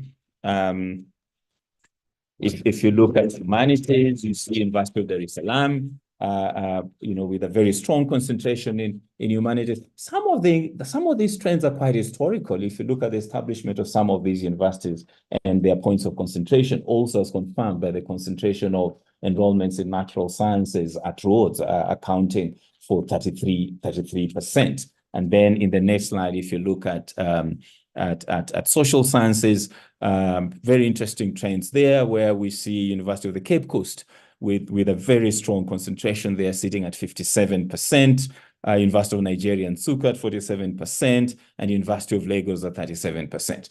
Now, when you look at these trends, one would expect on the face of it that when it comes to the research output side, we should also be able to see those kinds of trends. But that is not the case, as we'll show in subsequent slides. Now, if you look at graduates, again, next slide, please, Emmanuel.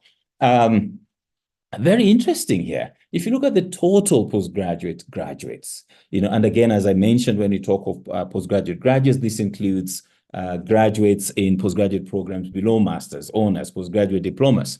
Now, the majority for postgraduate graduates are women. This is largely driven by South African universities, which have got a significant enrollment, especially in master's degrees, female enrollments in master's degrees and in honors programs. And then if you look at the master's graduates, again, women are a majority here. But now, if you look at the size of the woman in the doctoral graph there, you see it's almost half the percentage of the number of doctoral graduates that have completed. Something happens. I think Funmi talked about the pipeline, you know, and something happens. We do very well when we get into the masters, but it seems the transition to PhD has obstacles that we might want to think about.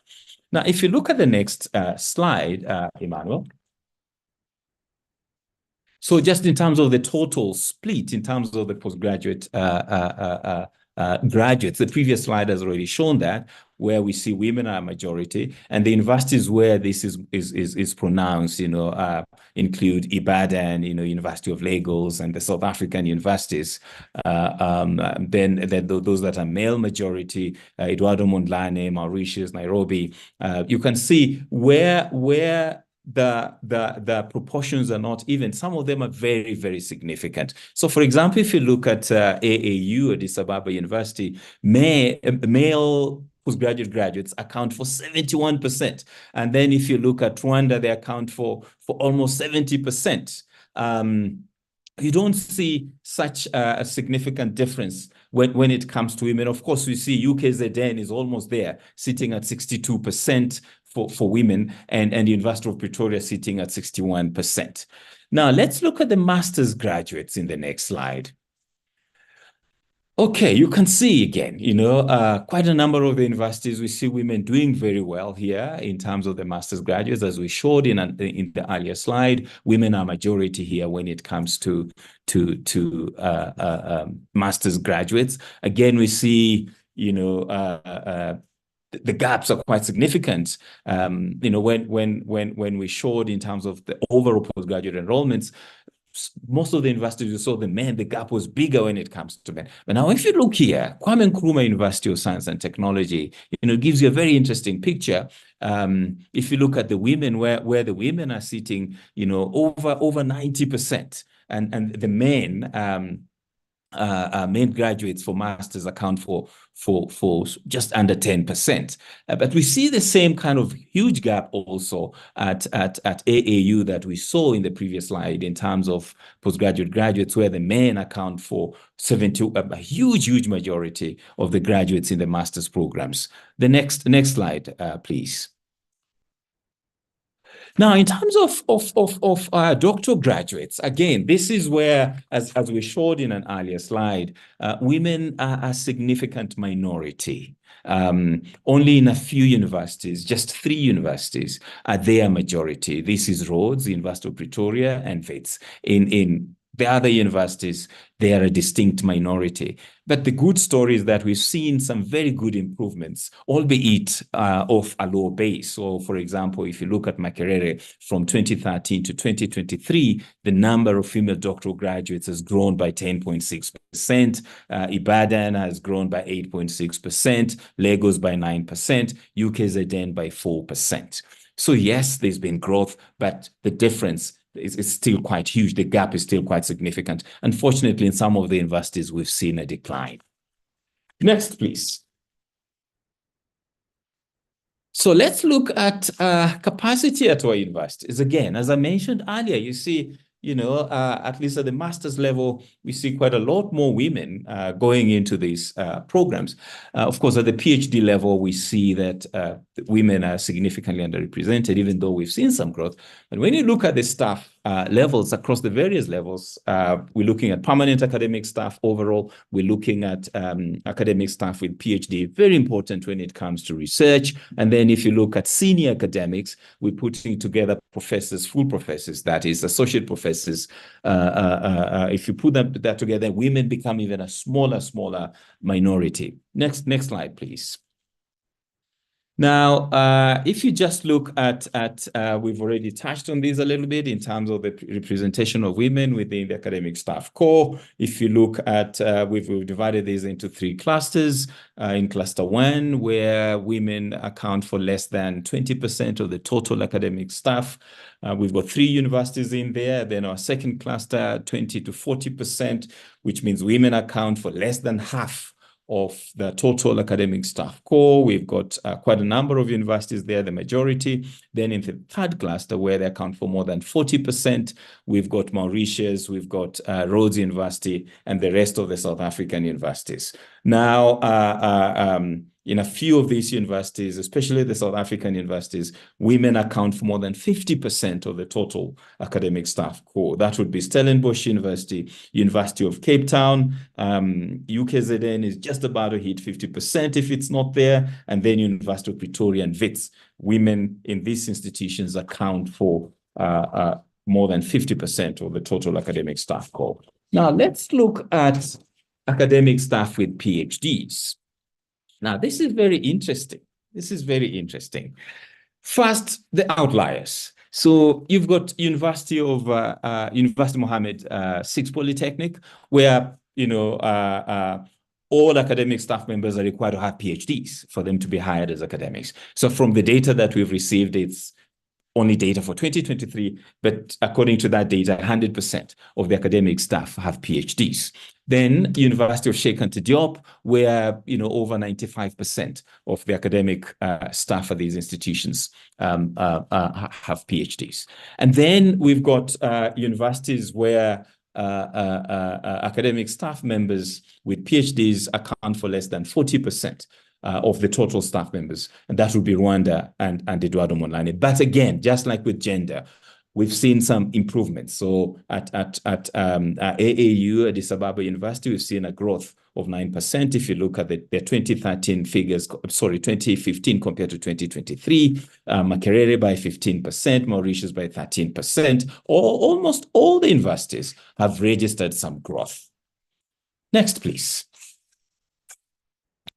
Now, if we look at senior academics at these institutions, again, we see some very, very, very interesting trends. We see quite a number of universities where the concentration is at the top.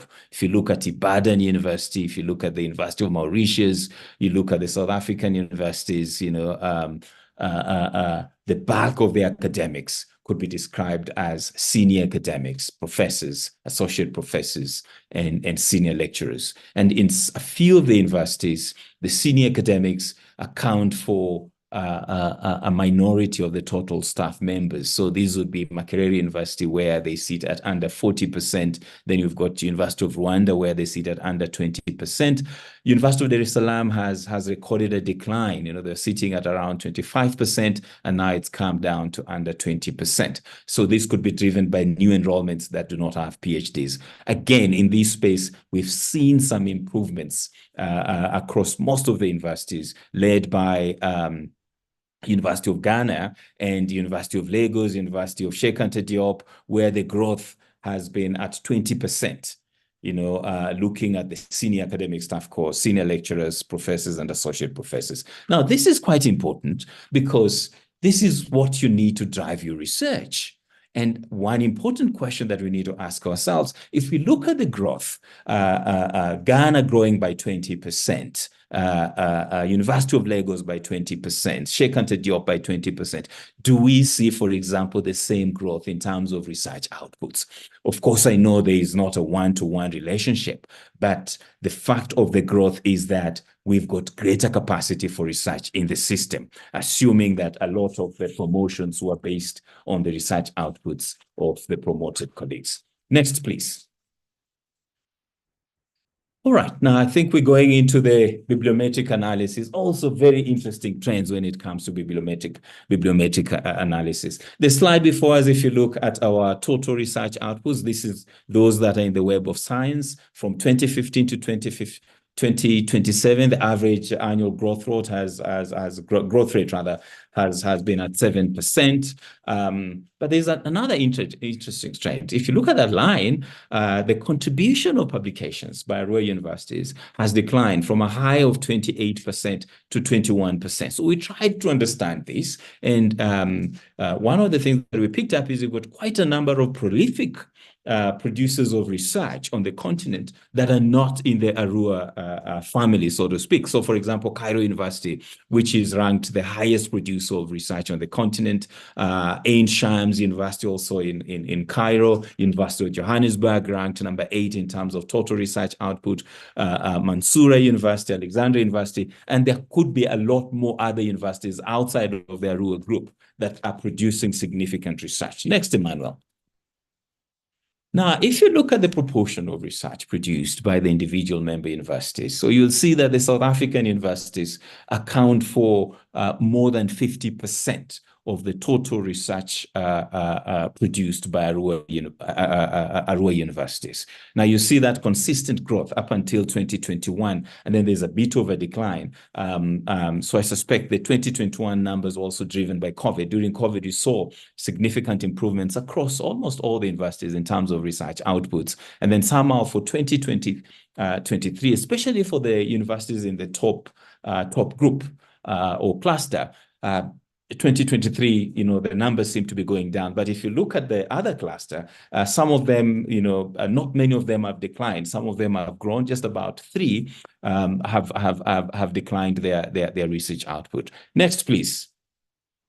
Where are ARUA universities publishing their research? I mean, this is quite interesting. So we've looked at it using the looking at the various categories of journals, the quartile 1 journals, all the way to quartile 4 journals.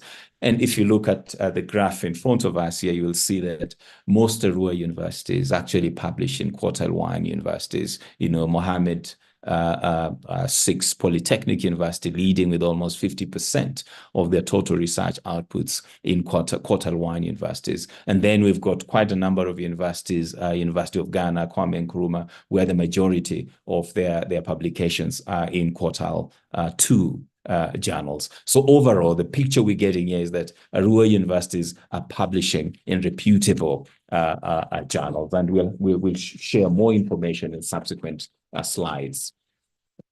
Next, please. So what are the top 20 journals in terms of the number of documents, Web of Science documents, where ARUA universities are publishing? You can see the list. There are a lot of these are international top journals, which is quite interesting. We could have a number of discussions. They are also building from Funmi's presentation. A lot of these, as you would see, journals based outside of Africa. But we've got quite a number of South African journals that appear here. The South African Medical Journal, and interestingly, the Journal of Theology, the one listed there at number 9. Most of the other journals are international universities. It's a good story to tell. ARUA universities are publishing fairly significantly in these top journals. Now, if you look at where they're publishing in terms of citations in the next slide, Emmanuel, the next one. Thank you very much. So the journals highlighted in yellow, these appear in both, journals leading in terms of citations and also in terms of the total number of documents where ARUA universities are publishing. Again, you see, this is where they are publishing. Now, an interesting thing here, in terms of publications, we don't see an African journal here in the top 20 universities. Is this anomalous? I don't know. I'm just making an observation. Next, please. All right. Let's look at the areas where ARUA universities are publishing. You recall an earlier comment that I made. If you look at the shape of the enrollments, the fields where we've got those significant concentrations, on the face of it, again, one would suspect that if the bulk of your M&D enrollments in engineering, that probably you should also produce a lot more research in those areas. It's not necessarily the case, just making an observation. So you will see that the bulk of the publications that are produced by ARUA universities are mainly in public environmental and occupational health, but largely in the science area, in the medical health area, and in the natural sciences area. There was the question made earlier around educational research. Yes, there's a little bit of educational research going on as well, that is significant to some extent. But largely, ARUA universities are publishing in public health and in the science and technology fields. Next, please. Next. The next one, please, Emmanuel. All right. What are the forms of collaboration? So here we're interested in, who are we collaborating with? We're looking at it in terms of international collaborations. We're looking at industry collaborations. We're looking at local, domestic collaborations, and also looking at the kinds of collaborations with organizations only that are not universities.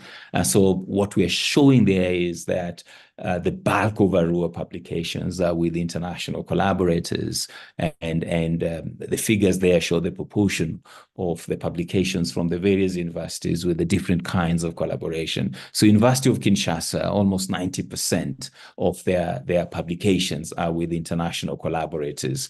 The second highest collaborator, this varies, in terms, so between collaborations with organizations and local collaborations and within the same country. So the least collaborations is with regard to industry.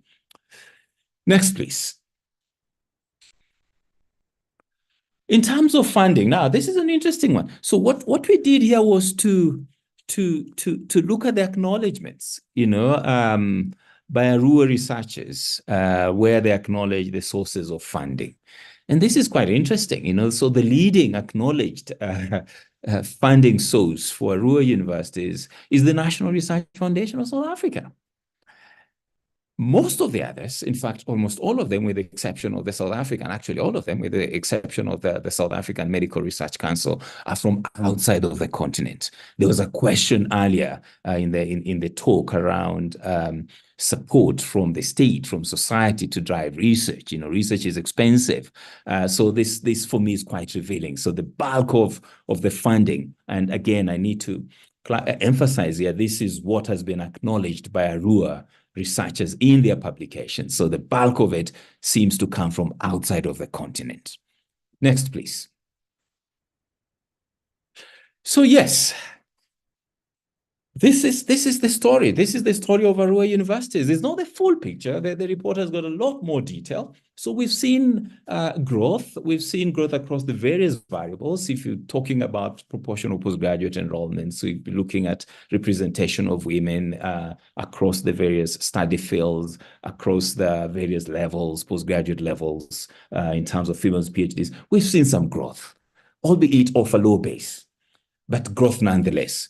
But largely, we still see, especially in the PhD staff with, enrollments in PhD, staff with PhDs and staff at senior levels, we see it's largely still dominated by men. In terms of the shape of ARUA universities, again, we've seen growth in terms of improvements in masters and PhD enrollments, but most ARUA universities are still predominantly undergraduate universities. Of course, there was that exception of University Mohammed Polytechnic, Mohammed VI Polytechnic. If you look at the number, graduates, again, we've seen a significant improvement in terms of the proportion or number of, graduate PhD graduates that ARUA universities are producing. If you look at research, again, the output has grown. But again, as I mentioned in the presentation, we're seeing some other universities outside of ARUA also doing a fantastic job in terms of their research output. If you look at the shape of the research that is produced, we see a strong concentration in the area of public health and generally in the sciences, and not a lot in the areas of social sciences, humanities, and education. In terms of the top research areas, again, we've touched on these, public health, environmental and occupational health. In terms of the funding, as we've shown, if you just look at acknowledged funding sources, a lot of them sit outside of the continent, with the exception of the National Research Foundation and the South African Medical Council. Thank you very much, SG. Back to you.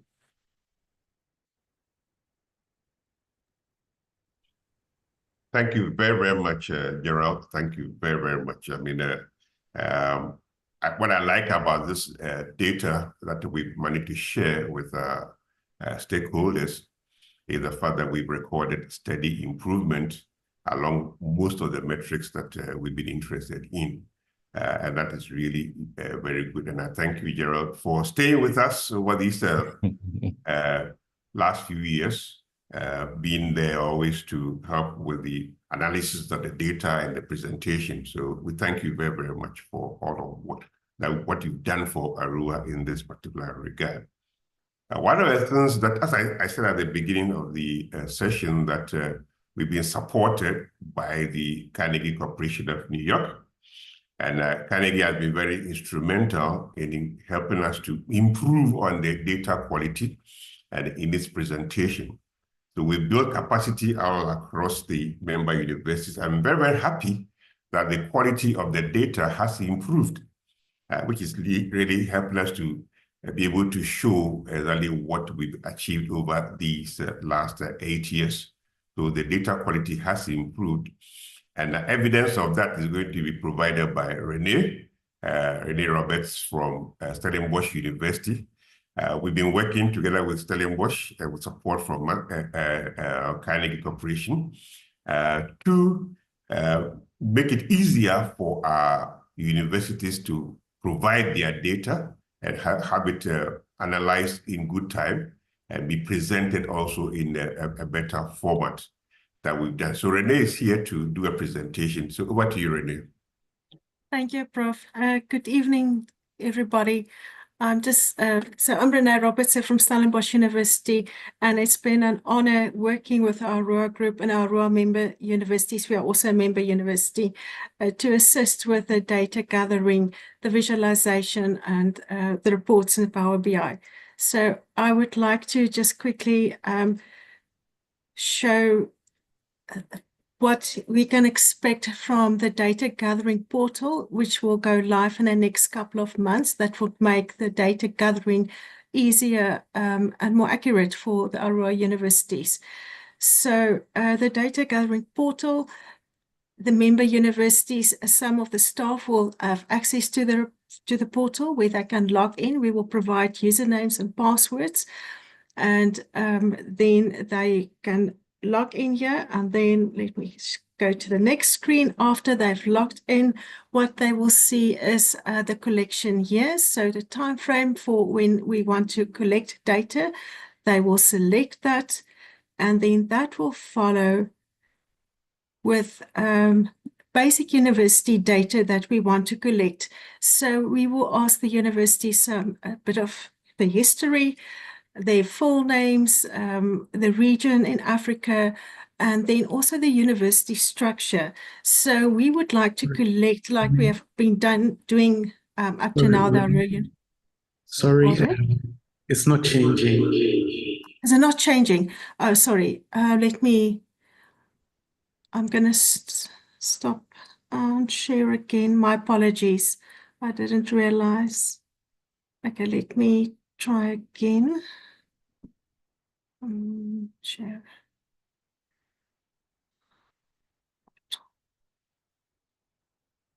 Okay, share.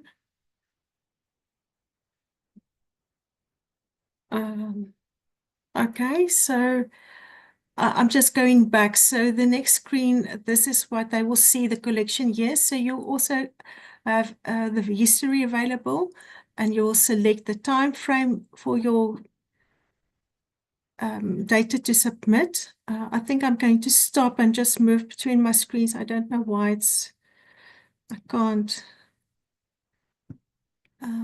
share. Share. And yeah, so we would like to then ask the universities, they will upload the university structures, so the faculties, colleges, schools, departments, they're all structured. This will not be needed to upload every year. It will roll over from year to year. It's just the first time that they have to provide us with all the details. It can be updated then in the consecutive years when they have to provide us with new data. And this is then important for the upload of the enrollments, graduates, and so forth. So let me just move over to the next screen, and I'm just going to share that page. So this is a basic example of what it will look like. The university's units, they can upload as many faculties or schools or colleges by just clicking on the add option. They can then add their departments that can be linked to the faculties or the colleges. And then they also have to select an OECD classification so that we can track the fields of study for the different departments. This is then what will be pulled through to the next page where the universities will then actually provide their data. This is the last screen for this part of the presentation. Share. So on this screen then the university structure will show, and each university structure will be different because no two universities are the same. And then they can then provide the data for the current year. So at all the different levels, not all the universities has the postgraduate lower than masters, like mentioned by Professor Omar, but they can then provide the other data on a very low level. There's also a previous year data that will be provided. We will upload it for the first year, and then from there on, the previous year's data that was provided will just move down.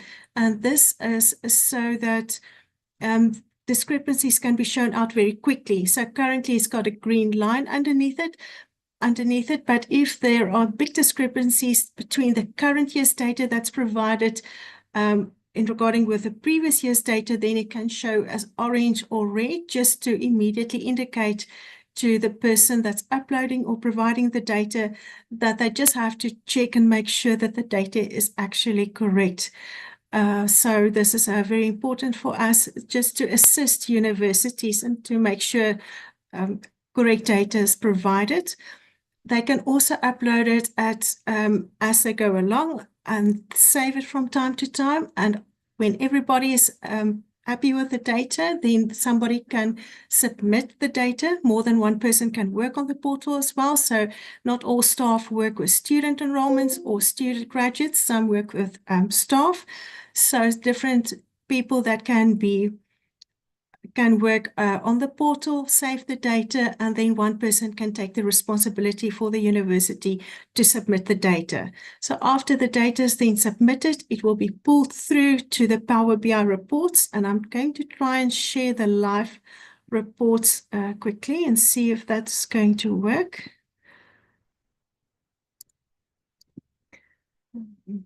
Share. So I believe that some have already received the link to the Power BI report. So there's a overall report, and have a look out for any updates. I'm busy with adding the bibliometric data. So you will find that from time to time there will be updates, which will be very nice. So when you scroll through the report, as you've seen, I believe that you will find the member universities. Emmanuel, just please tell me if you can't see the screens. So the member universities, you can also usually you can see where the universities are located with a number of students. But let's go back and open the student report. If you click on the student report, and I hope my screen is going to share that student report. So the student report, Prof. Omar has shown you some slides, visualizations from the report. It's an interactive report, so you can select different years, different universities, different regions, and it works quite well. So yeah, this is the map that I actually wanted to show you. So if you just want to have a look at the universities in Eastern Africa, it will zoom in and you can actually hover over the universities. You can see for a specific year the student enrollments. Just a couple of pages, 4 pages that I would like to show you from each of these reports. I'm not going to go through all of them, but just to show the interactive nature of the reports. If I select again, for example, Eastern Africa, I can see the universities in this area. This is for postgraduate enrollments. And if I click on the play button, you can actually see the movement, which sometimes might be interesting to go and investigate why we see some of the movements in enrollments, and maybe speak to the universities and get more information about that. There's also the staff reports and the research reports, and these are high-level reports. There will also be lower-level reports available later this year, where universities can actually log in and have a look at their own university structure. So on a faculty level, on a department level, their own enrollments, their graduates, and their staff. And this will assist with better reporting and better decision makings in their own universities, where the high-level reports can help to assist compare across different universities, maybe in your own region or maybe in the whole of Africa. But I think this will help universities just to make better decisions about the university and how they manage their universities overall. I think that is all from Stellenbosch side. So thank you so much. We really, it's a great opportunity to work with our ARUA group and to assist. There will also be training later on this year and more engagement with the member universities. So thank you very, very much, Renee. Thank you very, very much. You've given us a chance to show how far we've come in terms of the data gathering, the data analysis, and also in the presentation. It's what we promised Carnegie, and I hope that Carnegie will be satisfied with what we have. Before, so the next thing on the agenda is to invite our board chair, Professor Babizela, to launch the report, after which I'll invite Diana Asenian from Carnegie to also give us some comments, give us her impressions of what she's seen, and then we'll take it from there. So what do you say? Thank you very much, SG. Many thanks to Professor Omar and his team for gathering and analyzing the data from the ARUA member universities. I must also thank all the ARUA member universities for providing data to the team. We urge universities to use the report to guide and inform their strategic decision-making as we further consolidate ARUA.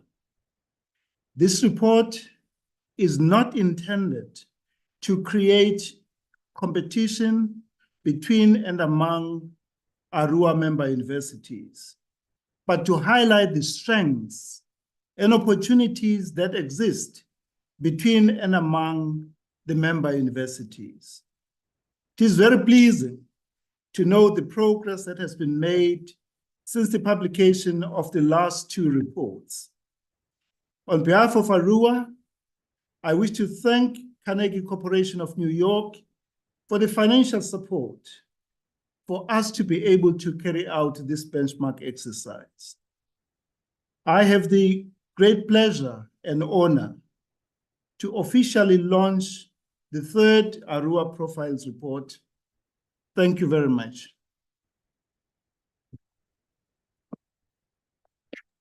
Thank you very, very much, Mr. Chairman. Thank you very, very much. May I invite Diana?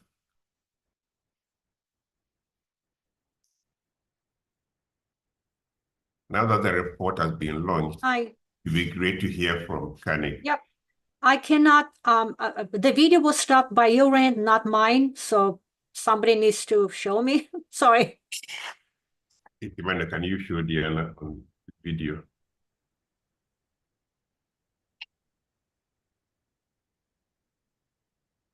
Oh, there you go. Yes, there we go. Hi, everybody. Well, first, thank you for inviting us to say a few words. Congratulations on the first part of the webinar that I listened to, Funmi, as well as the presentations of the report. I'm impressed that you have over 100 people on this webinar, so clearly there's a lot of interest in what you're doing. So I am Diana Arsenian. I'm a soon-to-retire Vice President of Carnegie Corporation of New York. There will be a replacement of my position. My colleague, Stephen Del Rosso, who has long been working on African peacebuilding programs within Carnegie Corporation, will replace me as a vice president. I'm also delighted to say that we will be hiring a new senior program director for the corporation's work on higher education and research in Africa, which means that there is a commitment from our new president, Louise Richardson, and our trustees to the higher education field on the continent. That's just by way of introduction. I'm very impressed, obviously, by what ARUA has accomplished over the past 9 years or so. The reports show a lot of progress. I'm not going to comment on the report. I don't have the competency to do that. I will simply take a minute or two to share with you the historical fact that Carnegie Corporation was at the very start of ARUA, and we are delighted to see the progress that has been made. In fact, I was privileged enough back in 2015 to be at the major summit on higher education in Africa that was hosted by Trust Africa as well as the government of Senegal. The conference was in Dakar. Many of you might have attended it. It was a huge, huge event. The idea for the event back then came from the president of Carnegie Corporation, who had long interest in higher education in Africa, and he suggested it to the to stakeholders, and they put together this amazing conference. And at the sidelines of the conference, there were, I believe, 4 university VCs, Cape Town, I think it was Pretoria, Makerere, maybe Ghana. They came together and announced the launch of ARUA. And I just remember sitting in the room, in the audience, listening to this. And it was a very important moment because it was, it put this research, it put on the agenda at the very large, hundreds of people attended the conference. It put on the agenda, number one, that African universities need to strengthen research. Number two, that they need to do it collaboratively. It cannot be done by a single institution. And number three, that at least 4 of the major universities at the time were willing to commit time, resources, energy in order to make this happen. And then Carnegie stepped in with financial support, and we have been a proud funder of everything that ARUA has done from get-go, including through these reports that all of you have shared.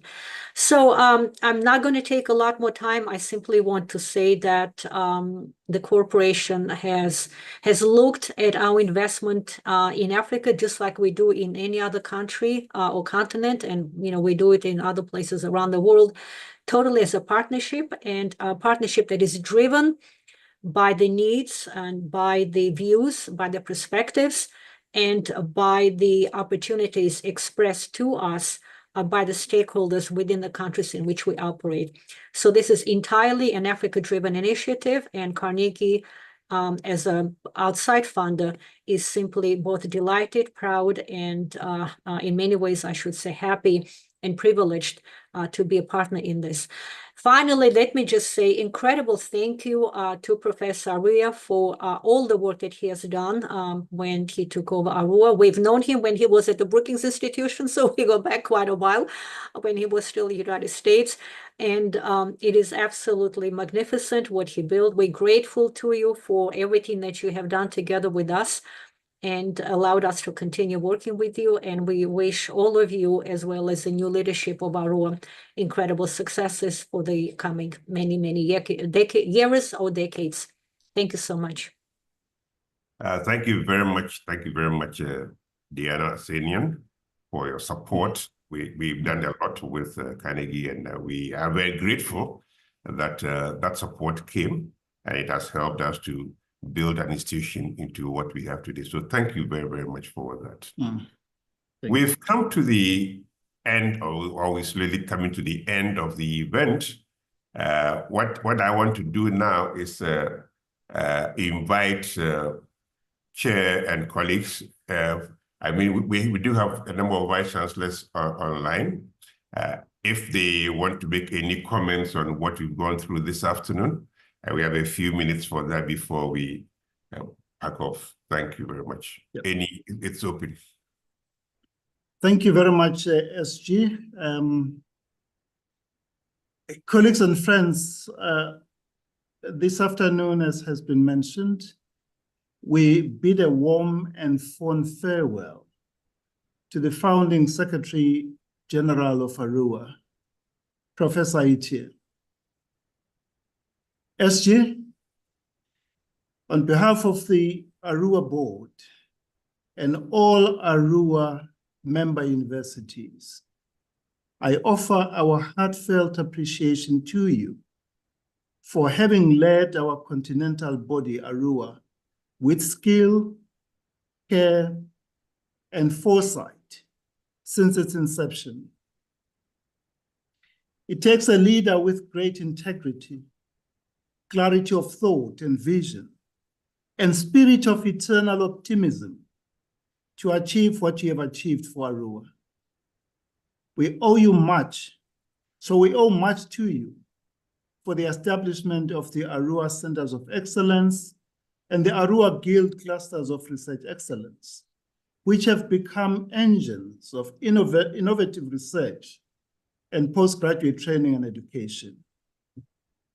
Sir, you have crisscrossed the world capitals to raise funds for ARUA. The MasterCard Foundation Challenge of 1,000 PhDs per year for 10 years stands as a monument to your remarkable leadership. And thanks to your exemplary leadership, ARUA has benefited from a number of funders, including UKRI and the Carnegie Corporation of New York. In his speech made in South Africa in 1966, Robert Kennedy said, I quote, "Few will have the greatness to bend history itself, but each of us can work to change a small portion of events. It is from numberless diverse acts of courage and belief that human history is shaped," end quote. SG, you have had the greatness to bend history, and you have shaped the future of research trajectory and postgraduate training in our continent. We honor you and we salute you. Your profound sense of purpose, clear vision, and strategic foresight have shaped ARUA to what it has become.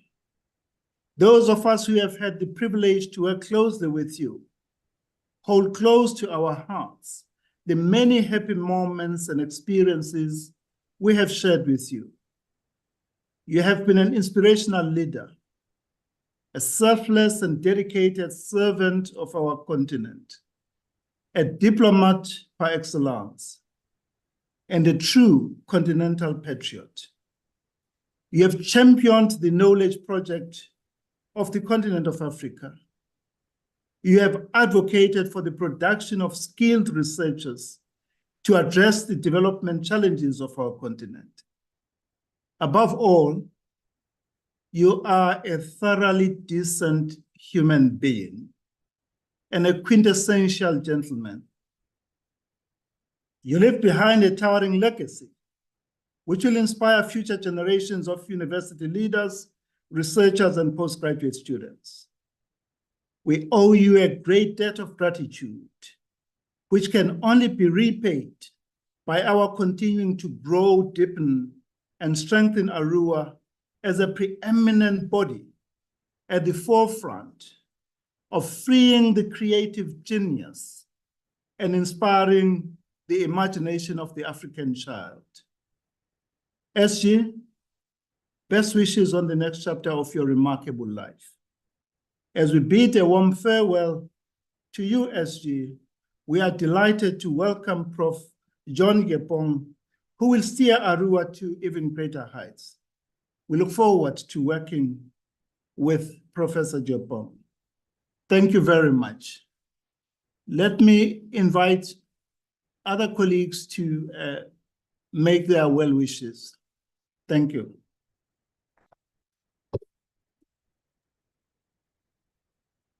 Thank you very, very much, Sizwe. Thank you very, very, very much.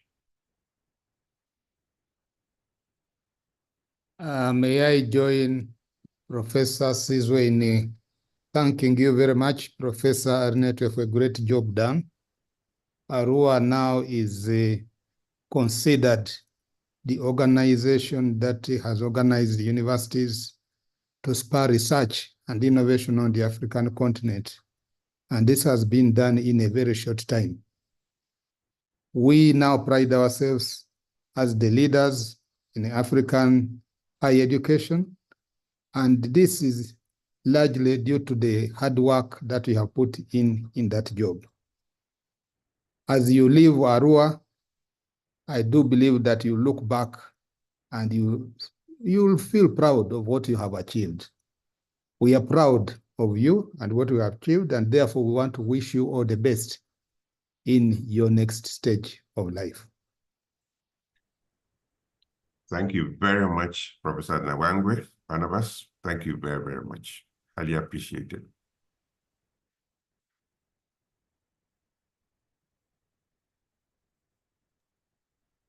I see a George Radin hand. Yes, please proceed, George.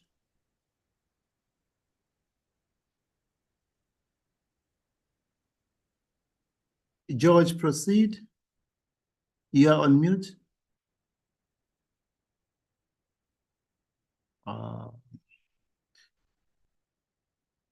I don't know if there is a problem. Who else has their hand up?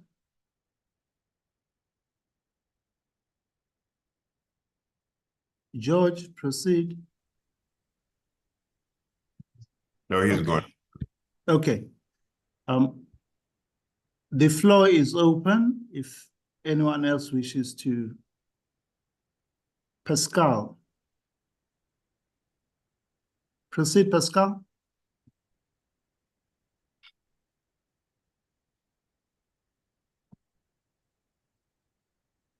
Pascal, proceed. You are on mute.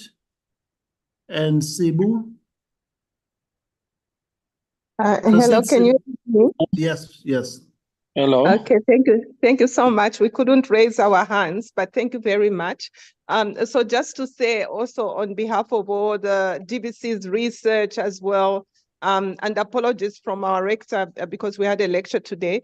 I just want to say thank you so much for the support, Ernest, that you've given us over the last few years, and in particular the last 2 years and a year, and also for the, for being able to bring us to the point where the clusters have been awarded to the different universities and collaborators. So I just wanted to say thank you, and then we wish you the best, of course, in your new sort of plans and endeavors that you undertake. So we just want to wish you the best and also to welcome the new SB. And thank you so much, Chairperson, for the lectures today, both the lecture and also the launching of the report. We are really grateful, and thank you to all the teams that have contributed. Thank you. Thanks, Sibu Mohammed. Ernest, on behalf of everybody at WITS, we would like to thank you for the work you have done. I need to say that our VC and DVC couldn't make the meeting because there is a launch of Achille Mbembe's institute tonight, and they are there. But on behalf of the whole university, you have taken ARUA from its initial stages to something that's now known all over the world. Thank you for everything. Good wishes for the rest of whatever you're going to be doing after this. Thank you. Thank you, Mohammed. Thank you very much, Mohammed.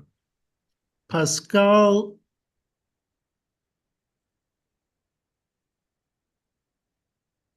Pascal? Hello, can you hear me? Yes. Okay, I'm Pascal from University of Ghana, but currently on an early career postdoctoral fellowship at WITS, courtesy of ARUA. I also just want to add my voice that thanks to ARUA and thank you to Prof. Aite.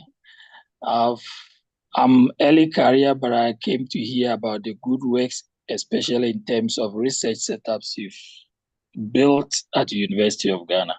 God bless you, and may you continue to do good works in the next capacity you'll be holding. Thank you. Thank you, Pascal. Thank you, Raymond. Thanks, Prof. Thank you, Ernest. On behalf of the University of Rwanda, we really thank you for your service at ARUA. But also, on a personal note, we really loved your leadership, the leadership that brings everybody together. We always remember when you came to Rwanda, to the University of Rwanda, try to understand what is wrong. Why are we not participating actively? And since then, we have seen a lot of benefit of ARUA. We are committed. Really, we learned a lot from your kindness, your wisdom, but also a huge commitment to advancing research in Africa. So we thank you for everything you have done for ARUA and for all of us. And I hope you really continue to check in one way or another. We will miss you, and your legacy definitely will continue to guide us. And we are lucky that before you left, we have also participated in this data collection as University of Rwanda. We will continue to do so. Good luck with everything. And thanks for all the presentation today. It was great. Thank you, Raymond. Thank you. Thank you. Anyone else? I don't know whether I can be heard. Professor Hutchinson from the University of Nairobi. Yes. I want to just say how grateful we are for this great meeting, but also just to say we had an opportunity to bid farewell to Professor Yete in Nairobi, but just to say how amazing a leader you have been, a real role model, a mentor for researchers in Africa. And really, I think say that we are going to miss you is an understatement, but we wish you God's blessings as you undertake your next phase in life. May you enjoy, and may the blessings that accompany the hard work you have put accompany you all the days of your life. So we want to appreciate you deeply. We'll never forget you. Always we will make reference to the milestones that we have achieved together. So from Nairobi, I thank you, Sizwe, for everything that you have done, and also my sister for talking on behalf of the other deputy vice chancellors, that we have greatly enjoyed working with you and supporting our vice chancellors in this endeavor. Thank you very much, and God bless you. Thank you very much. Sarah, you may just be the last person. Proceed, Sarah. Hello, can you hear me? Indeed. Yes, I'm Sarah Sally from Makerere University, ARUA Center of Excellence in Notions of Identities. Here mainly to say thank you to Professor Arite for having given us the inspiration, for having pointed us to interrogating identities as they are unfolding on the continent, especially in this spirit of decolonization and renewed Pan-Africanism. So thanks a lot for the inspiration. Thanks a lot for challenging us to be better than we thought we were. And we shall never forget you. We shall continue holding you dearly in our hearts. And may God bless you and bless your path wherever you're going. Thank you very much. We can never thank you enough. God bless. Bye. Thank you very much, Sarah. Thank you. Can I hand over to you as... Oh, okay. Oh, proceed, John. Yes, thank you so much. And I also wanted to add my voice to the many thanks that has gone to Professor Ite for building such a resilient and strong institution from scratch. And it is what it is today. Everything that we see is your leadership that has shown. I recall very well the beginnings of ARUA when I was DVC working under you. And at that time, we did not envision that ARUA would grow to become this big. So once again, congratulations for a very good work done and the very big shoes you are leaving for me to fill. Thank you so much. Thank you. Over to you, Thank SG. you very much. I think Murray has his hand up. Yes, Murray. That was the last one, and then Sure. Murray? Yeah, thank you very much for giving me a chance to come in from the trenches of the Centers of Excellence. And just to add our thanks to you, Ernest. We've heard a lot about your leadership and your visionary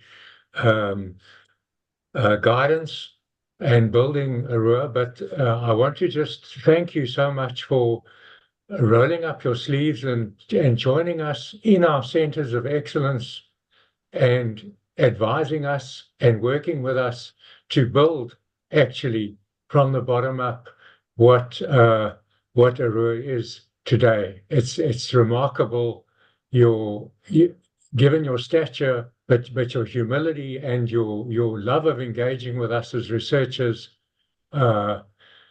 is so appreciated and humbling and inspiring. So thank you very much. Thank you very much, Murray. Thank you very, very much. Highly appreciate it. Right. Over to you, SG, and then my sister, Prof. Nana, will close the proceedings. Yes. Well, I'd like to thank everybody. Yes, ARUA has come a long way, but it would not have been possible without the contributions of the vice chancellors or the deputy vice chancellors, the directors of the Centers of Excellence, the colleagues at WITS, namely Robin, Mohammed, Nancy. They've all worked very closely, Eleni, to make ARUA what it is. So if we are proud of what we have, it's been a collective enterprise. It's something that we all did together. I appreciate every vice chancellor that I've worked with. I've appreciated every deputy vice chancellor. We even worked with a lot of deans and of colleges and so on, and they've all been amazing. We thank our funders. We thank especially the Carnegie Corporation of New York. They've been with us from the beginning to date. We thank MasterCard for becoming the largest funder that we have. We thank UKRI. UKRI helped to establish ARUA and make us much better known in the UK and also in Europe. So we thank them. NRF has been a major supporter of our South African activities. Without them, really, we wouldn't know where ARUA would be. So I appreciate everybody that has been part of this enterprise. Gerald has been with us on the data gathering front, together with Hussein. They work very hard, and I appreciate all that they've managed to do with us. I cannot thank you without thanking the local staff, the staff in Ghana. The two Emmanuels, as they are known throughout Africa, now everybody knows about the two Emmanuels, Abigail and Iraba, and then Stella. You know, when we began ARUA, the first person that I worked with was Dorcas. Dorcas is still around, and thank all of them for the support that they've provided. So I'm happy with what we have, and I go away very proud of what we've done together. And I wish you all the very, very best. I'm quite sure in Johnny Japon's hands, ARUA will go even faster than we have done to date. So thank you all. I turn now to Nanaba Pianfo, Vice Chancellor, University of Ghana, and Vice Chair of the ARUA Board, to close us. Thank you, SG, and thank you, Chair, for this opportunity to close this afternoon's session. I'd like to first thank Professor Funmi Olonisakin for the guest speech this afternoon. She virtually touched on all the things that we needed to hear with regard to leveraging of resources for greater impact, the strength of collaborations, and the what we can get out of equitable partnerships, as well as the things that we need to focus on as universities in Africa and globally.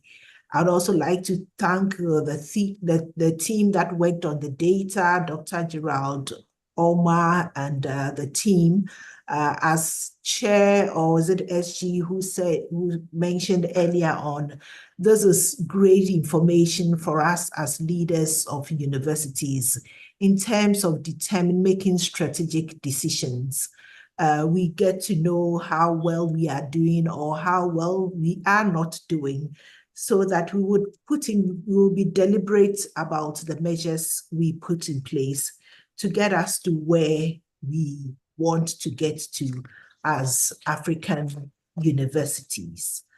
And so now I would like to turn to our outgoing SG and to express our appreciation to you. My chair has spoken, you know, as we say in my language, when the elder has finished bathing, then we run out of water. And so I will just briefly reiterate all that has been said this afternoon. You know, there are people who are dreamers and there are others who are doers. But for Professor Ite, we find in him both a dreamer and a doer. He dreams and puts in all the work to ensure that the dreams become reality. I remember that earlier this year when we were in Pretoria, Chairman described you as a continental patriot and a global citizen, and indeed, that is who you are. You have led this alliance with distinction. Your fundraising abilities is par excellence. We've seen the funding you have brought in from UKRI, from Carnegie, and now from MasterCard. And this is what is going to drive our activities in the next phase of ARUA. You are retiring from ARUA, SG, but I see that there's still a lot of fire in you. And so I am sure that all of us as ARUA investees will find ways to still benefit from your expertise. And I heard people wish you well and indicate, you know, wherever you are going, let it be well with you. For those of you who are not aware, wherever he is going is the University of Ghana. He is retiring here. He's coming here as an emeritus professor to continue to provide mentorship and guidance. So he's not too far away. If you need to get to him, just see me and I will charge you a small fee and then connect you with him. But SG, thank you very much for all that you've done for this alliance, for what you've done for the continent as far as research is concerned. And I believe that the effects will not only be felt on this continent, but will be felt globally as well. I have the pleasure of hosting you to a reception right after here. So colleagues, if you can get here in 20 minutes, you are invited to join the reception. Thank you very much, and may God continue to bless you. Thank you. Thank you very, very much. Thank you very much. So, ladies and gentlemen, our meeting is over. Thank you. Thank you. Thank you very much to everyone. Bye-bye. Bye. The African Research Universities Alliance, also known as ARUA, is a network of 16 leading universities spread throughout Africa, each with different historical backgrounds, yet all sharing a common vision. That vision is to build an equitable and sustainable model for boosting research capacity across the African continent. Inaugurated in 2016, ARUA has enhanced research and graduate training in member universities through a number of channels, most notably by setting up centers of excellence. When the board or the vice chancellors of ARUA decided to create these centers of excellence, the priority was placed on the attainment of the Sustainable Development Goals. So ARUA's main purpose is to enhance the growth of research, improve on the quantity as well as the quality of research in order to make it globally competitive. At its core, ARUA is committed to supporting research initiatives which seek to find solutions to the grand challenges in Africa.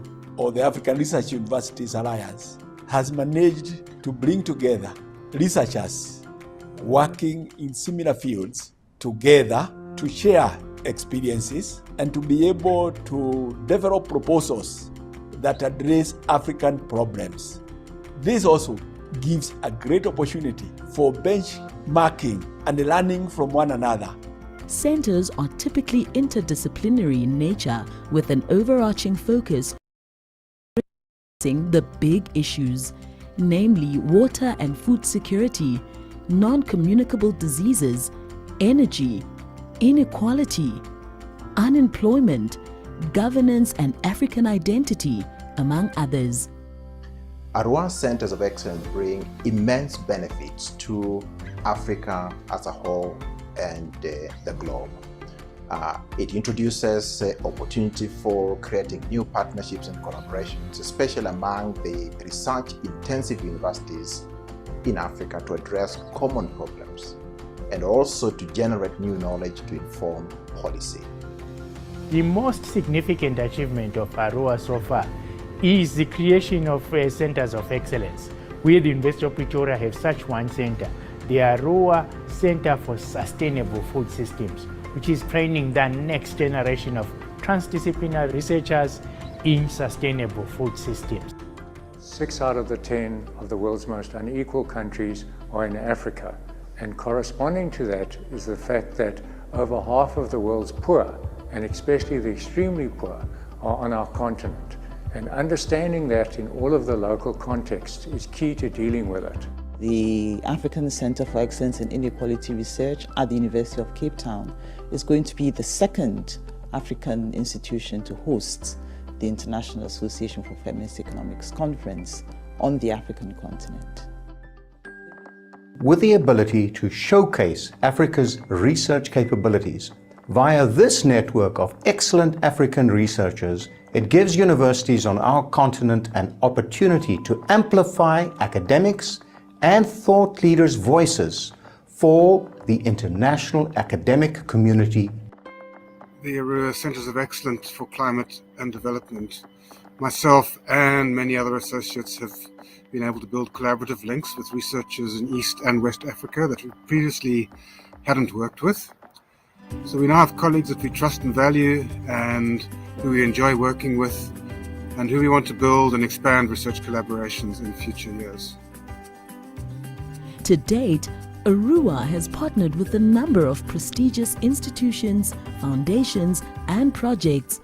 Recently and notably, the Carnegie Corporation of New York in support of grant applications and the appointment of postdoctoral fellowships. ARUA brings that opportunity of aligning our research agenda from Africa also with our friends and our collaborators' interests in Europe. The power of ARUA lies in its critical mass. The alliance is much greater than the sum of its parts, and by leveraging our complementary strengths, we are a powerful force that strengthens collaboration within the continent, attracts partners and funders from around the world, and generates and brings African-centered knowledge to the global stage. The African Research Universities Alliance is growing from strength to strength as we take ownership of knowledge generation and research capacity that is fundamental in solving the big issues that face humanity on a global scale. The voice of Africa is rising, and her time is now.